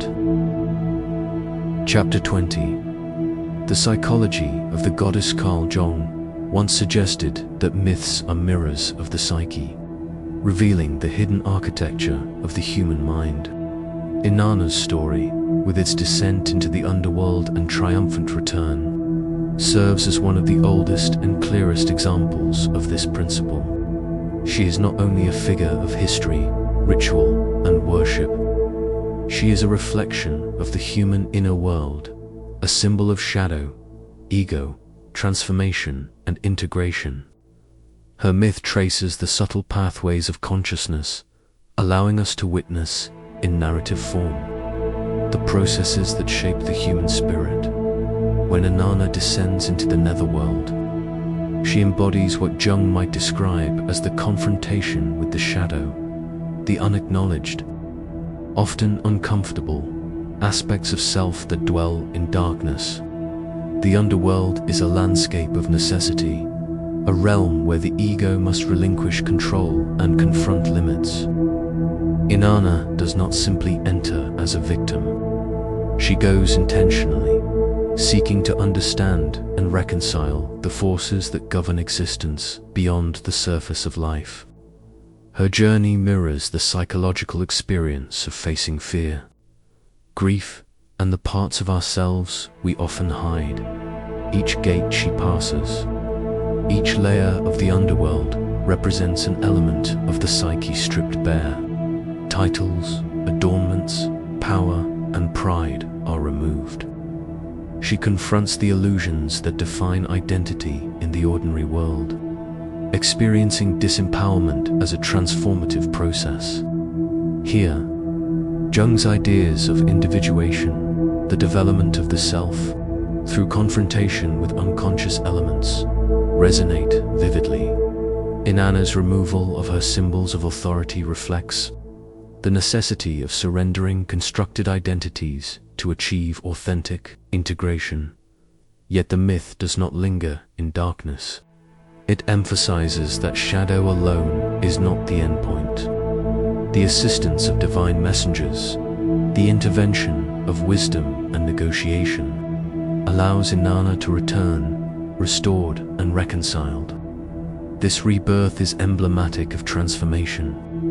In psychological terms, it represents the reintegration of the shadow, the recognition of suppressed aspects of the self, and the emergence of a more whole and aware consciousness. Through descent and return, despair gives way to clarity, chaos to harmony. Inanna's story also highlights the tension between ego and the greater self. Her descent requires the temporary suspension of egoic dominance, the willingness to be vulnerable, and the acceptance that some forces are beyond control. The ego must learn humility, patience, and receptivity. Upon return, it is not diminished but recalibrated, integrated into a broader understanding of self and world. In this way, the myth enacts a psychological rhythm: surrender, reflection, integration, renewal. The imagery of the myth deepens this insight. Darkness is not merely absence of light. It is depth, potential, and the hidden foundation upon which life is built. The underworld is both terrifying and necessary, as it allows Innana, and symbolically humanity, to confront mortality, limitation, and the inevitability of change. Light, conversely, is not simply illumination, but clarity achieved after reconciliation with the shadow. Inanna's return reflects the emergence of consciousness that has undergone transformation and now embodies a balance of inner forces through the lens of Jungian psychology. Innana becomes an archetype of personal evolution. She is both the goddess who inspires awe and the mirror in which one can see one's own struggles, contradictions, and capacities. Her narrative demonstrates that the journey toward wholeness is cyclical, demanding confrontation with inner darkness, compassionate engagement with oneself, and the courage to emerge renewed. The psychological lessons extend to understanding the interplay of power, desire, and vulnerability. Inanna wields authority, yet she is not invulnerable. She experiences loss, fear, and helplessness. Yet her return signifies not a triumph of dominance, but a reclamation of balance and self-knowledge. Her story teaches that strength and sensitivity are not opposed, but complementary, and that integration arises from embracing all aspects of the psyche, even the minutiae of the myth, her adornments. Her challenges, the figures she encounters, serve as symbolic representations of inner states. Jewelry and garments become extensions of ego, stripped away to reveal core essence. Gates are thresholds of consciousness, each marking a step deeper into self. Messengers are guides, representing the internal processes of intuition, insight, and inner wisdom that assist in psychological transformation. The narrative structure itself mirrors the mind's journey, descent, confrontation, guidance, and return. Listening closely, one may notice that the myth is less about heroic conquest and more about relational dynamics within the self. Inanna's dialogue with Ereshkigal, her negotiation for release, and her careful navigation of underworld laws illustrate that psychological growth requires engagement with opposing forces, not annihilation, but understanding. Shadow and conscious self are not enemies. They are partners in a process of wholeness. Inanna's rebirth can also be seen as a reflection of cycles of healing in human life. Depression, loss, or trauma may feel like an underworld, a realm of despair from which there seems no escape. Yet her story suggests that even the deepest darkness contains the potential for insight, growth, and eventual renewal. By integrating these experiences into conscious awareness, the individual moves toward clarity and balance, echoing the goddess's return to light and life. There is a profound resonance in the quiet pauses of the myth. Between the words of the hymns, between the details of her journey, the listener is invited into reflection. The goddess becomes less an external figure and more a mirror for the self. Inanna's challenges, her descent, and her triumphs are reflected in our own struggles with fear, desire, and transformation. The myth's enduring power lies in this intimacy, in its ability to reveal the workings of the psyche across millennia. Through this lens, Sumerian devotion takes on an additional dimension. Worship, ritual, and song were not only acts of reverence, but also instruments of self-reflection and inner alignment. Inanna's story taught adherents to consider the interplay of their inner forces, to confront shadow and integrate strengths, and to recognize the sacred within the evolving human mind. Myth and psychology were intertwined. Narrative was a tool for consciousness. In the quiet of meditation or attentive listening, one might sense that this is the essential gift of the goddess, a guide through the uncharted territories of the self. Her story reminds us that reflection, challenge, and renewal are universal experiences.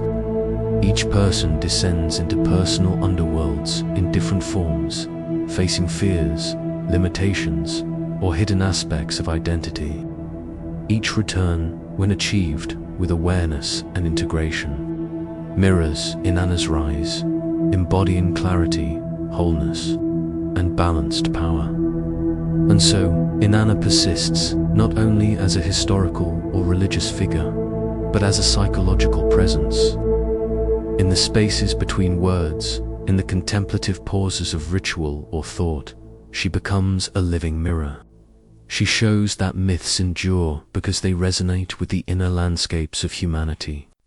reflecting timeless truths about shadow, ego, transformation, and the journey toward integration. The goddess teaches that the psyche is a sacred terrain, deserving of attention, courage, and care. To encounter her story is to encounter one's own potential for depth and growth. To follow her descent and ascent is to witness the patterns of transformation that shape every human life. And perhaps, in the quiet that follows reflection, we can sense that Inanna's mirror is not only an artifact of ancient belief, but an ongoing invitation to see ourselves fully, to integrate what is hidden, and to emerge, again and again, into the light of conscious wholeness. In this understanding, the listener may feel the soft echo of the goddess within their own inner world, a presence that invites patience, self-knowledge, and the courage to embrace the entirety of one's own psyche. For the journey of Innana is, ultimately, a journey we all undertake, descending into shadow, encountering the full scope of self, and returning, transformed, into clarity and balance. Chapter 21. The Eternal Feminine in the Soul of Humanity Across the Sweep of Human History. Every culture has carried an image of the sacred feminine. She appears in the fertility goddesses of the Near East, in the matronly spirits of African and indigenous traditions, in the oracles, muses, and wise women of Greece, Rome, and beyond. The sacred feminine is at once nurturing and fierce, intuitive and creative, gentle yet unyielding. Innana, radiant and bold, embodies this duality with extraordinary clarity. Her story, told and retold through millennia, reminds humanity of an inheritance that is often overlooked, the eternal feminine within each soul. Innana is not a single trait or simple archetype. She is paradox and multiplicity. She is the morning star, heralding light and awakening. She is the evening glow, softening the world with her subtle presence. She is desire and discipline, compassion and confrontation. In every myth, in every ritual, she challenges humans to recognize that life itself is woven from dualities, and that balance arises not from choosing one over the other, but from embracing both. The eternal feminine, as reflected in Innana, is inherently creative. She brings life not only through fertility and reproduction, but through imagination, insight, and the capacity to perceive what others may not see. Her myths encourage attentiveness to the unseen currents of life, the subtle shifts in relationships, the quiet stirrings of intuition, the rhythms of nature that speak in whispers rather than proclamations. To honor the eternal feminine is to cultivate awareness of these hidden flows and to respond with presence and care. Yet the sacred feminine is not merely passive or contemplative. Inanna's myths show that it is also active and transformative. She descends into the underworld. She engages in cosmic battles. She navigates desire and conflict with conscious agency. There is a courage in her expression of femininity, a recognition that intuition and nurturing alone are insufficient without action and discernment. Every culture that carries images of the sacred feminine also encodes this truth, that strength, resilience, and assertiveness are not contradictions to nurturing, but expressions of it. Consider the way different societies have preserved this awareness. In early Sumer, priestesses served as intermediaries between the divine and mortal worlds, enacting rituals that sustain both spiritual and societal life. In India, goddesses like Saraswati, Lakshmi, and Durga embody intellect, abundance, and protective power. In Africa, figures such as Ocean and Mamiwata represent fertility, healing, and transformative grace across oceans and epochs. These images of the feminine share a common thread. They remind humanity that the sacred resides not solely in conquest, wealth, or logic, but in the harmony of intuition, care, creativity, and moral strength. Inanna's story, in particular, invites reflection on how this eternal feminine lives within the individual. It is not reserved for women, nor limited to divinity. Every human carries a capacity for nurturing, for creativity, for intuitive knowing, for ethical action grounded in empathy.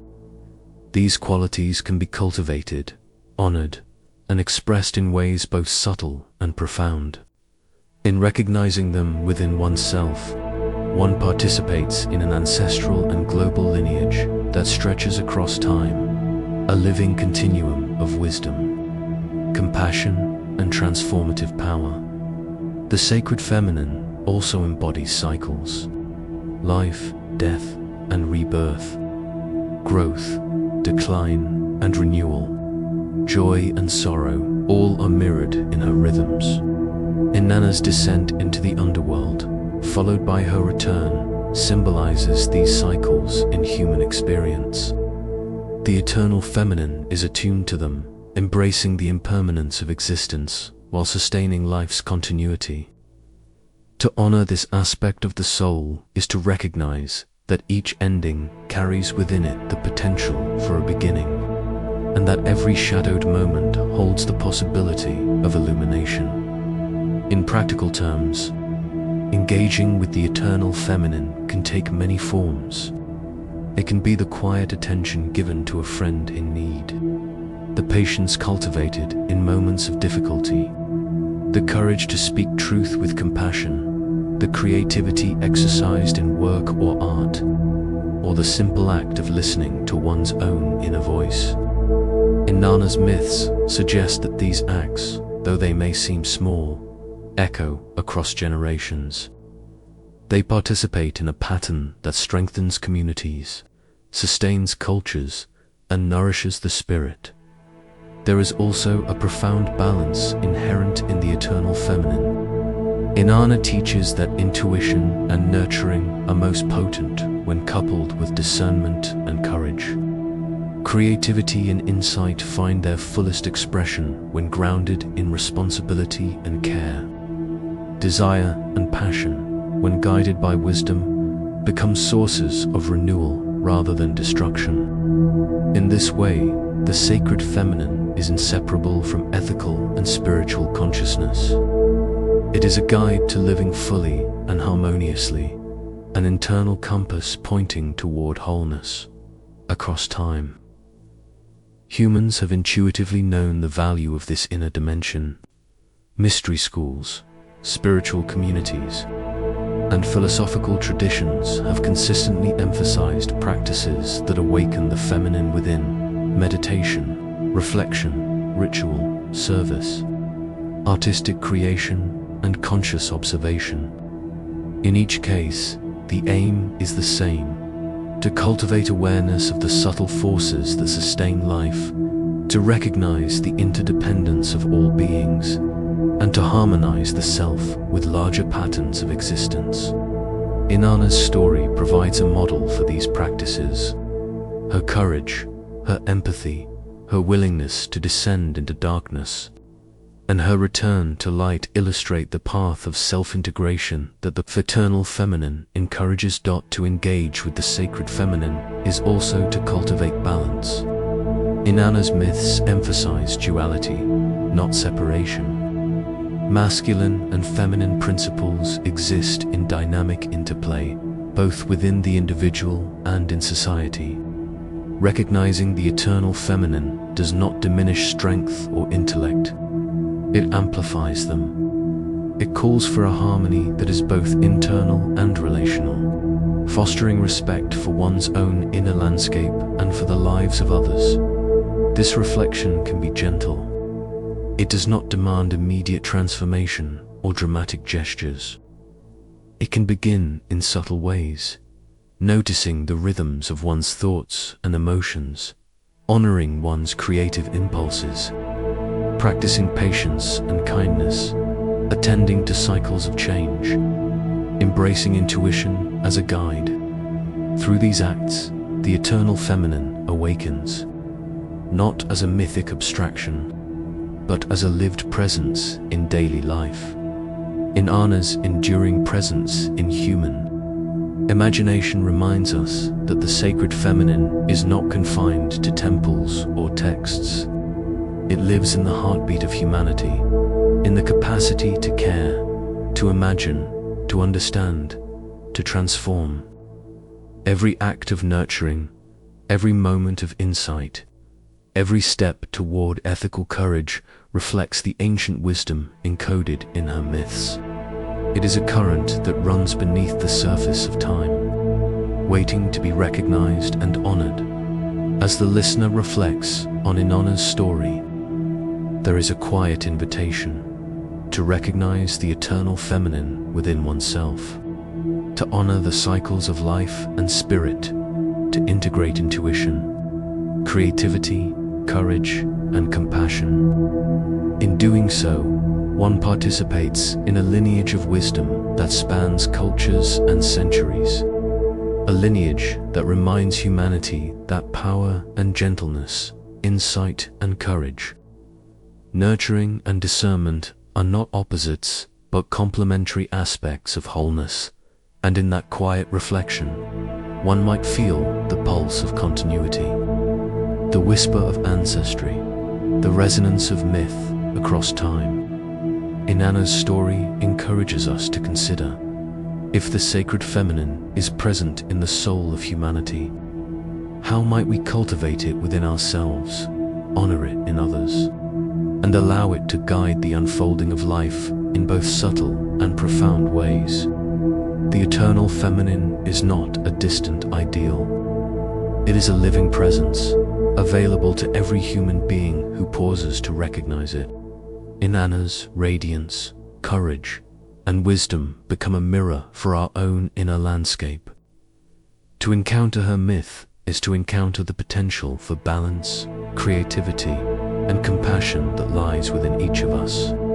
And as the world continues to unfold, her story remains a quiet, persistent reminder that in embracing the eternal feminine, humanity reconnects with a profound, shared inheritance, one that nourishes the soul and harmonizes life itself. Chapter 22. The River of Memory. As the night deepens over Mesopotamia, the land of ancient rivers lies in quiet repose. The Tigris and Euphrates, once the arteries of civilization, continue their patient flow, winding through plains and valleys that once echoed with the chants of the faithful. Here, the ziggurats of Uruk and Eridu have long crumbled, and the cities that sang Inanna's praises have faded into dust. Yet the rivers endure, carrying with them not only water, but the weight of memory. These rivers were more than mere geography to the people of Sumer. They were living witnesses, mirrors of the divine, and conduits between the earth and the heavens. To watch their currents was to read the subtle language of the cosmos. Each ripple, each reflection of the stars on their surfaces, spoke of cycles that governed life, birth and death, abundance and drought, love and sorrow. Inanna's presence, once manifests in grand temples and sacred rituals, now flows invisibly through their waters, a quiet reminder of the wisdom that she embodies. In the early mornings, mist rises off the Tigris like a veil, softening the contours of the banks where reeds bend under the weight of dew. It is easy to imagine the priestesses walking along these shores, carrying incense and offering song, their voices rising to meet the dawn. Inanna's hymns were both instruction and devotion, teaching mortals how to attune themselves to the cycles of life, the passage of time, and the intimacy of the natural world. Even now, if one listens closely, it is as if the river carries echoes of these songs, faint but enduring. tracing lines of memory that connect us to the distant past. The Euphrates, broader and slower, moves through forgotten plains where once marketplaces thrived and canals irrigated fields. It is a river that has seen the rise and fall of empires, yet it retains a quiet constancy. This constancy is itself a form of remembrance. Through it, we are reminded that memory is not only stored in texts or monuments, but in the land and in natural rhythms. Inanna's wisdom, like the river, flows onward. Even when human culture has shifted and temples have fallen silent, water was central to the Sumerian understanding of life and divinity. It nourished crops, sustained animals, and formed the boundaries of cities. Innana, associated with fertility and abundance, was intrinsically linked to these waters.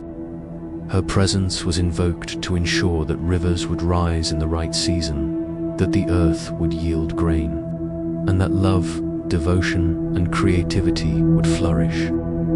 The goddess's influence, though no longer recognized with ritual offerings, persists in the very patterns of the river's courses. They are living monuments to her enduring wisdom, reminding us that devotion need not always take the form of worship. The river also carries echoes of grief. Inanna's lamentations for Dumuzi, once sung in temples and public spaces, were not confined to stone walls. They flowed outward, touching the lands, the fields, and the waters themselves. Rainfall and river swells, the growth of crops and the cycles of harvest were all seen as reflections of divine sorrow and care. In this way, human emotion, the divine, and the environment were inseparably intertwined. Today, we can witness the same principle quietly at work. Memory, emotion, and the natural world continue to inform one another. Long after the original voices have been silenced, as we trace the river's courses, it becomes evident that they are more than historical artifacts. They are living texts. The patterns of their flow encode the rhythms of civilization itself, periods of abundance, moments of strife, the rise of cities, and their eventual decline. In these waters, memory is not static. It is dynamic, like the current, carrying the sediment of history and culture while continually moving forward. To observe the Tigris and Euphrates is to witness the dialogue between past and present, between what was sacred and what endures in quieter forms. Innana, through this lens, is not simply a figure to venerate. She becomes a teacher, a guide, and a keeper of insight. Her stories, her laments, her victories, and her journeys are reflections on the human condition, rendered through myth and ritual, but also embedded in the physical world. By contemplating the rivers that once bore her worship, we participate in a form of remembrance that is meditative and reflective rather than ceremonial. The wisdom of the goddess persists in the way the waters move, in the way they nourish, in the way they mirror the sky.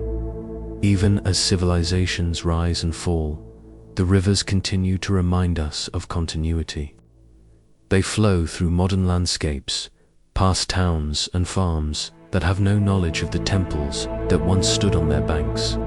Yet in their movement, they carry the accumulated resonance of countless generations, the memory of devotion and the enduring questions that guided ancient lives.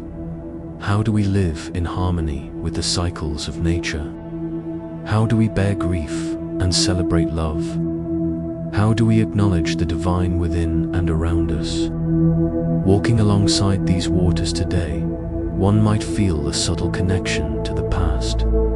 The surface may reflect the moon or the stars, as it did thousands of years ago. A gust of wind might carry the faint scent of mud and reeds, reminiscent of incense and ritual fires. The sound of flowing water is steady and calming, like a pulse that links all eras. In this space, the spirit of Innana is present, not as a figure to be worshipped in the traditional sense, but as a symbol of enduring wisdom. She teaches that memory, devotion, and insight can persist without temples, without priests, and without ceremonial offerings. They live in observation, in reflection, in the careful attention to the world around us. There is also a subtle lesson in impermanence. The cities that sang her praises are gone. The ziggurats have crumbled. The streets lie under layers of sand and soil. Yet the rivers remain.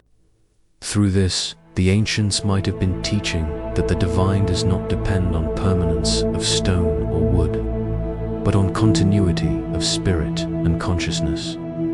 Inanna's essence persists in the flows of rivers, the cycles of nature, and the human capacity for reflection. Memory itself becomes a sacred act, a living river in which the past continues to shape the present, and the river teaches patience. Its slow carving of valleys and plains reminds us that change is inevitable, but it arrives gradually through steady persistence. What seems lost, what seems forgotten, is often only waiting to re-emerge through careful observation, through listening, through honoring the quiet pulse of the natural world.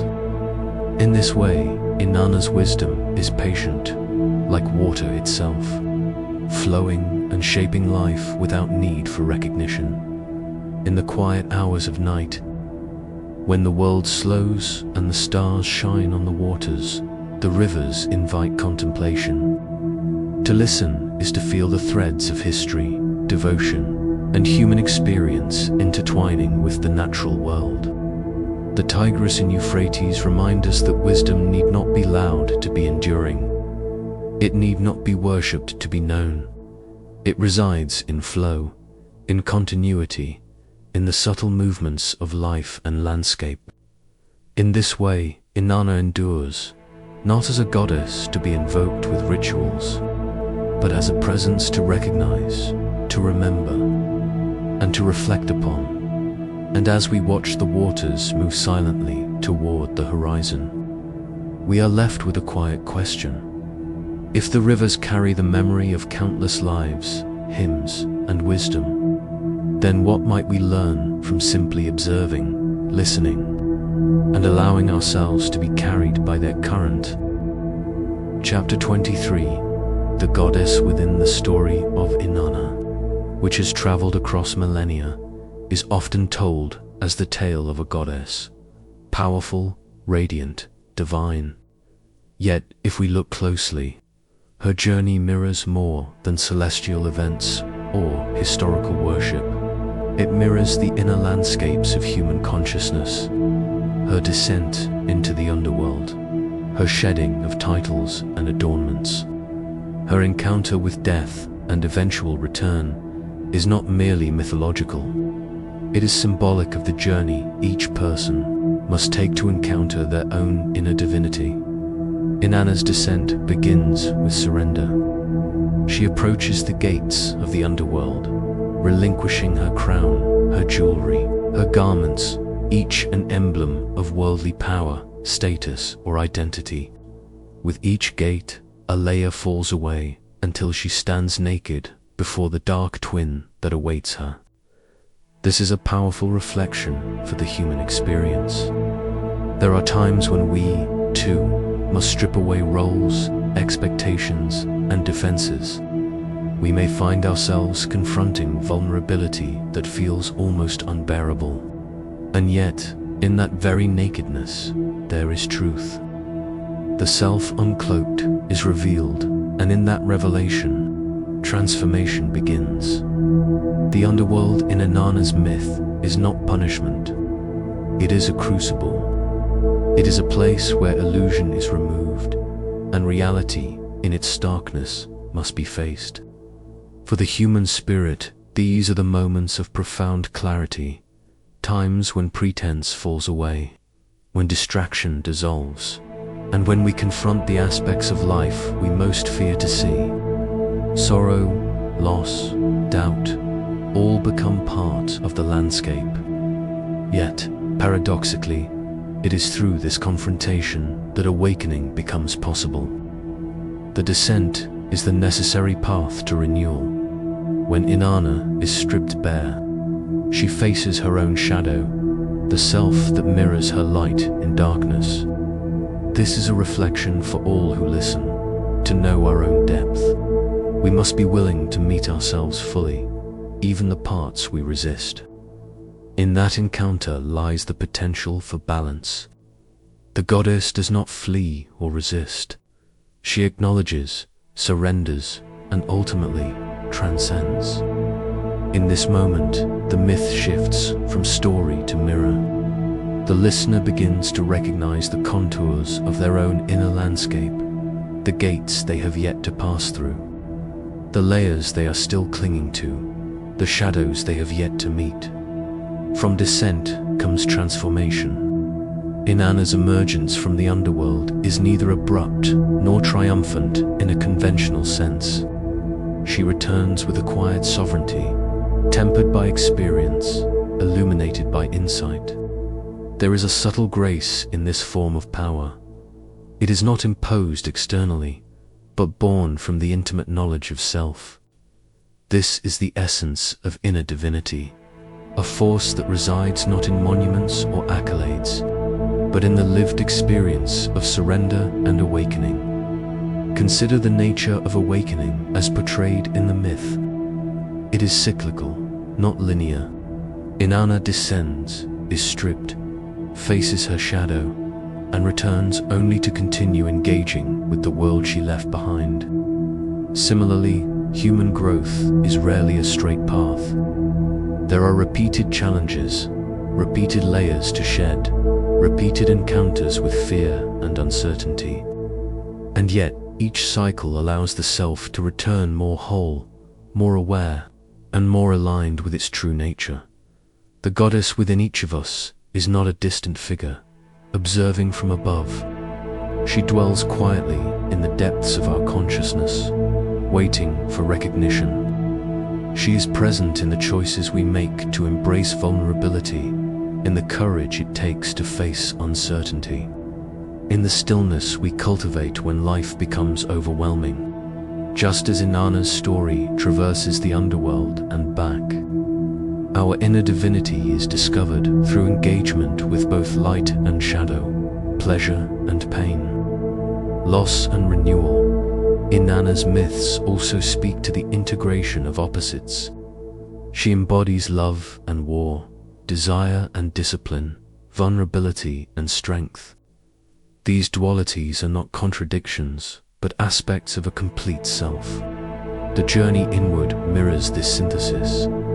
It is the recognition that our shadows are not separate from our light, that grief and joy coexist, and that the divine is not outside of us, but woven through the fabric of our own being. The imagery of the goddess is also instructive. She wears crowns, jewels and robes, symbols of power, yet she discards them to enter the underworld. The layers we hold onto in our own lives may be less literal, yet equally significant. Identities, expectations, attachments, and fears that obscure our perception of the self. In acknowledging and letting go, we allow the goddess within to emerge, not as a new entity, but as the authentic self that has always been present. There is a gentle invitation in this myth. Innana does not command, nor does she judge. She embodies possibility. She shows that the path to awakening is not always comfortable, that surrender may feel like loss, and that encountering the depths of the self can be disorienting. Yet through patience and courage, the self is revealed. The listener is invited to see reflections of their own inner journey, the gates they have yet to pass, the layers they must shed, and the strength that lies quietly beneath. Even the cyclical nature of the myth mirrors our own rhythms. Just as Innana returns to the world above, carrying the wisdom of the underworld, we return from our inner trials, bringing insight, compassion, and presence to our daily lives. There is a subtle triumph in this, not loud or ostentatious, but quiet and enduring. It is a triumph of understanding oneself, of recognizing the sacred within the ordinary, and of acknowledging the divinity that resides not above, but within. Inanna's journey is also a reminder that power is inseparable from experience. Her strength is not given by others, nor is it secured through conquest. It is the product of facing loss, encountering fear, and embracing the unknown. Within our own lives, power follows similar principles. The divinity within us grows not through accumulation or control, but through the courage to descend, the humility to surrender, and the grace to return transformed. The story becomes a mirror, and in that mirror, the listener sees themselves. Perhaps there are gates yet to pass through, shadows yet to acknowledge, layers yet to shed. Perhaps there are moments of vulnerability that, once embraced, will reveal reservoirs of inner strength previously unnoticed. The goddess within is always present, waiting for recognition, for engagement, for acknowledgement. Her journey is not separate from our own. It is a reflection of it. As the chapter closes, it is worth noting the quiet power of myth to illuminate inner truth. Inanna's descent and return, preserved for thousands of years, continue to offer guidance and reflection. They remind us that transformation is not external, but internal, and that divinity is not distant, but intimately close, dwelling within the folds of consciousness, waiting to be discovered, honored, and integrated. Perhaps the most profound lesson of all is the simple, unassuming truth that the goddess we seek in temples or texts is also the goddess we carry inside. Every act of courage, every moment of surrender, every encounter with shadow and light is a step along her path. And when we follow it, slowly, patiently, we awaken to the recognition that the sacred has never been elsewhere. It has always been within us. Chapter 24. Closing Reflections, the Divine Mirror of Inanna's story, with all its descent, ascent, love, and loss, reaches its final chapter not through resolution, but through stillness. The goddess does not disappear entirely, nor does she offer final answers. Instead, her presence lingers, like a reflection on water disturbed only momentarily by wind, settling back into calm. The mirror she leaves behind is both literal and metaphorical, a surface that returns our own gaze, revealing shadow and light, courage and fear, desire and restraint. To look into it is to confront not just a myth, but the layers of one's own being. Throughout her journeys, Innana traversed extremes, pleasure and pain, power and vulnerability, life and death. Each step she took was mirrored in human experience. Her encounters with grief, with the underworld, and with cosmic law were not distant stories of a far-off goddess. They were invitations, subtle, persistent, to recognize the cycles within ourselves. When she descended into darkness, she reflected the inevitability of loss. When she emerged, radiant and sovereign, she reflected the possibility of renewal. Her mirror captures both, leaving no detail hidden. The mirror is not a simple reflection of vanity or ego. It is a vessel of contemplation. In its quiet surface, one may glimpse the intertwining of human and divine, the ways in which our lives echo mythic rhythm. We see courage in small acts, sorrow in moments unnoticed, transformation in the slow passage of time. The mirror asks only for attention. It does not judge, nor does it offer guidance in words. Its power is subtle, a gentle invitation to recognize that our own stories are part of a greater, ongoing narrative, one that has no strict beginning or end. Inanna's presence lingers even in silence. After the storm of her mirth, after the vivid descents, the dramatic confrontations, the vivid rituals, there comes a moment of quiet. It is the space in which the divine is most intimate, the interval where we do not need words, where meaning is felt rather than declared.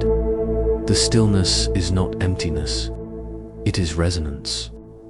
It is the sacred pause that allows insight to settle, allowing the listener to fold the complexity of myth into their own consciousness. The divine mirror, then, is also a metaphor for time and memory. The events of Inanna's life, her triumphs, her losses, are not locked in the past. They exist simultaneously in the present, carried through observation, retelling, and contemplation. Every reading, every reflection, every retelling of her tale becomes an act of participation. The story does not end because it cannot. It evolves quietly, like water reflecting light that shifts with the sun's passage across the sky. Each observer discovers something new, perhaps a truth that was obscured in previous glimpses. Inanna herself embodies this paradox, eternally present yet ever-changing. She is the mirror through which the sacred and human intersect. By following her, we are guided toward introspection, the same cycles that define the goddess, descent, confrontation, emergence, are reflected in our own inner landscapes. We are invited to examine grief without fear, to acknowledge desire without shame, to witness change without resistance. The mirror is patient. It waits for those who dare to face themselves fully, without distraction, without expectation. There is also a subtle lesson in her reflection, that endings are seldom final. Even as the story appears to close, it returns to beginnings. Inanna's myth begins and ends in stillness, in contemplation, in the quiet pulse of sacred presence. Like the calm surface of a pond after a storm, the narrative leaves space for reflection. We sense the depths beneath, unseen currents of meaning that continue to move, shaping thought, feeling, and understanding long after the story is complete. The mirror also reflects relational truths. Inanna's journey was not solitary. Her encounters with Ereshkigal, Dumuzi, and other figures illustrate the interdependence of joy and sorrow, of love and loss. These encounters remind us that reflection is not merely an inward act. It is relational, echoing in the spaces we inhabit with others, in the ways we respond to connection, absence, and intimacy. The divine mirror shows that our inner worlds are inseparable from the outer. Transformation occurs in the interplay of self and other, of presence and absence, of giving and receiving. In contemplating the mirror, one is reminded of the nature of sacred time. Unlike ordinary chronology, mythic time folds, bends, and repeats. Inanna's cycles of descent and ascent are mirrored in our own lives. The inevitability of challenge, the recurring opportunities for insight, the rhythm of surrender and return. To listen deeply is to perceive this timing within oneself, to see the reflection of divine pattern in personal experience. And yet, the mirror never imposes understanding. It offers only what is reflected back, leaving the interpretation to the observer. Perhaps this is its greatest lesson, that the divine is most profound not when explained, but when experienced. Its silence invites attention. Its clarity demands patience. Its reflection challenges us to recognize truth within our own complexity, without need for commentary or instruction. The quiet left by Inanna's tale is itself sacred. There is a meditation in its pause, a recognition that even in the absence of narrative action, insight persists. Listeners, if attentive, may notice the lingering warmth of presence, the echo of divine observation that remains when words cease. The story fades, not into nothingness, but into a receptive space, a quiet canvas upon which reflection can continue, in mind and heart, unhurried and unforced. In this closing, we are invited to return to the origins of contemplation. Inanna's story, like all myth, begins in silence and returns to silence. The mirrors she leaves behind are portals into the eternal present, where time folds and cycles converge, and where the sacred is perceived not through spectacle but through awareness. To engage with the mirror is to engage with the world fully, acknowledging both its luminous surfaces and its hidden depths. Perhaps, in the end, the most lasting presence of Innana is not in her triumphs or her conflicts, but in this reflection. Her mirror waits, still and patient, offering a quiet truth that to observe, to feel, and to contemplate is itself an act of communion. The divine is never distant, only waiting for the gaze that is willing to see both the light and the shadow, the loss and the renewal, the mortal and the eternal. And so, the story closes not with fanfare, but with calm. The listener returns to the silence from which creation itself was born, carrying the echoes of descent and ascent, of challenge and transformation, of grief and grace. Inanna's mirror remains, inviting one last act of reflection, leaving open the possibility that the divine continues to speak in quiet moments, in pauses between heartbeats, and in the still water after the storm.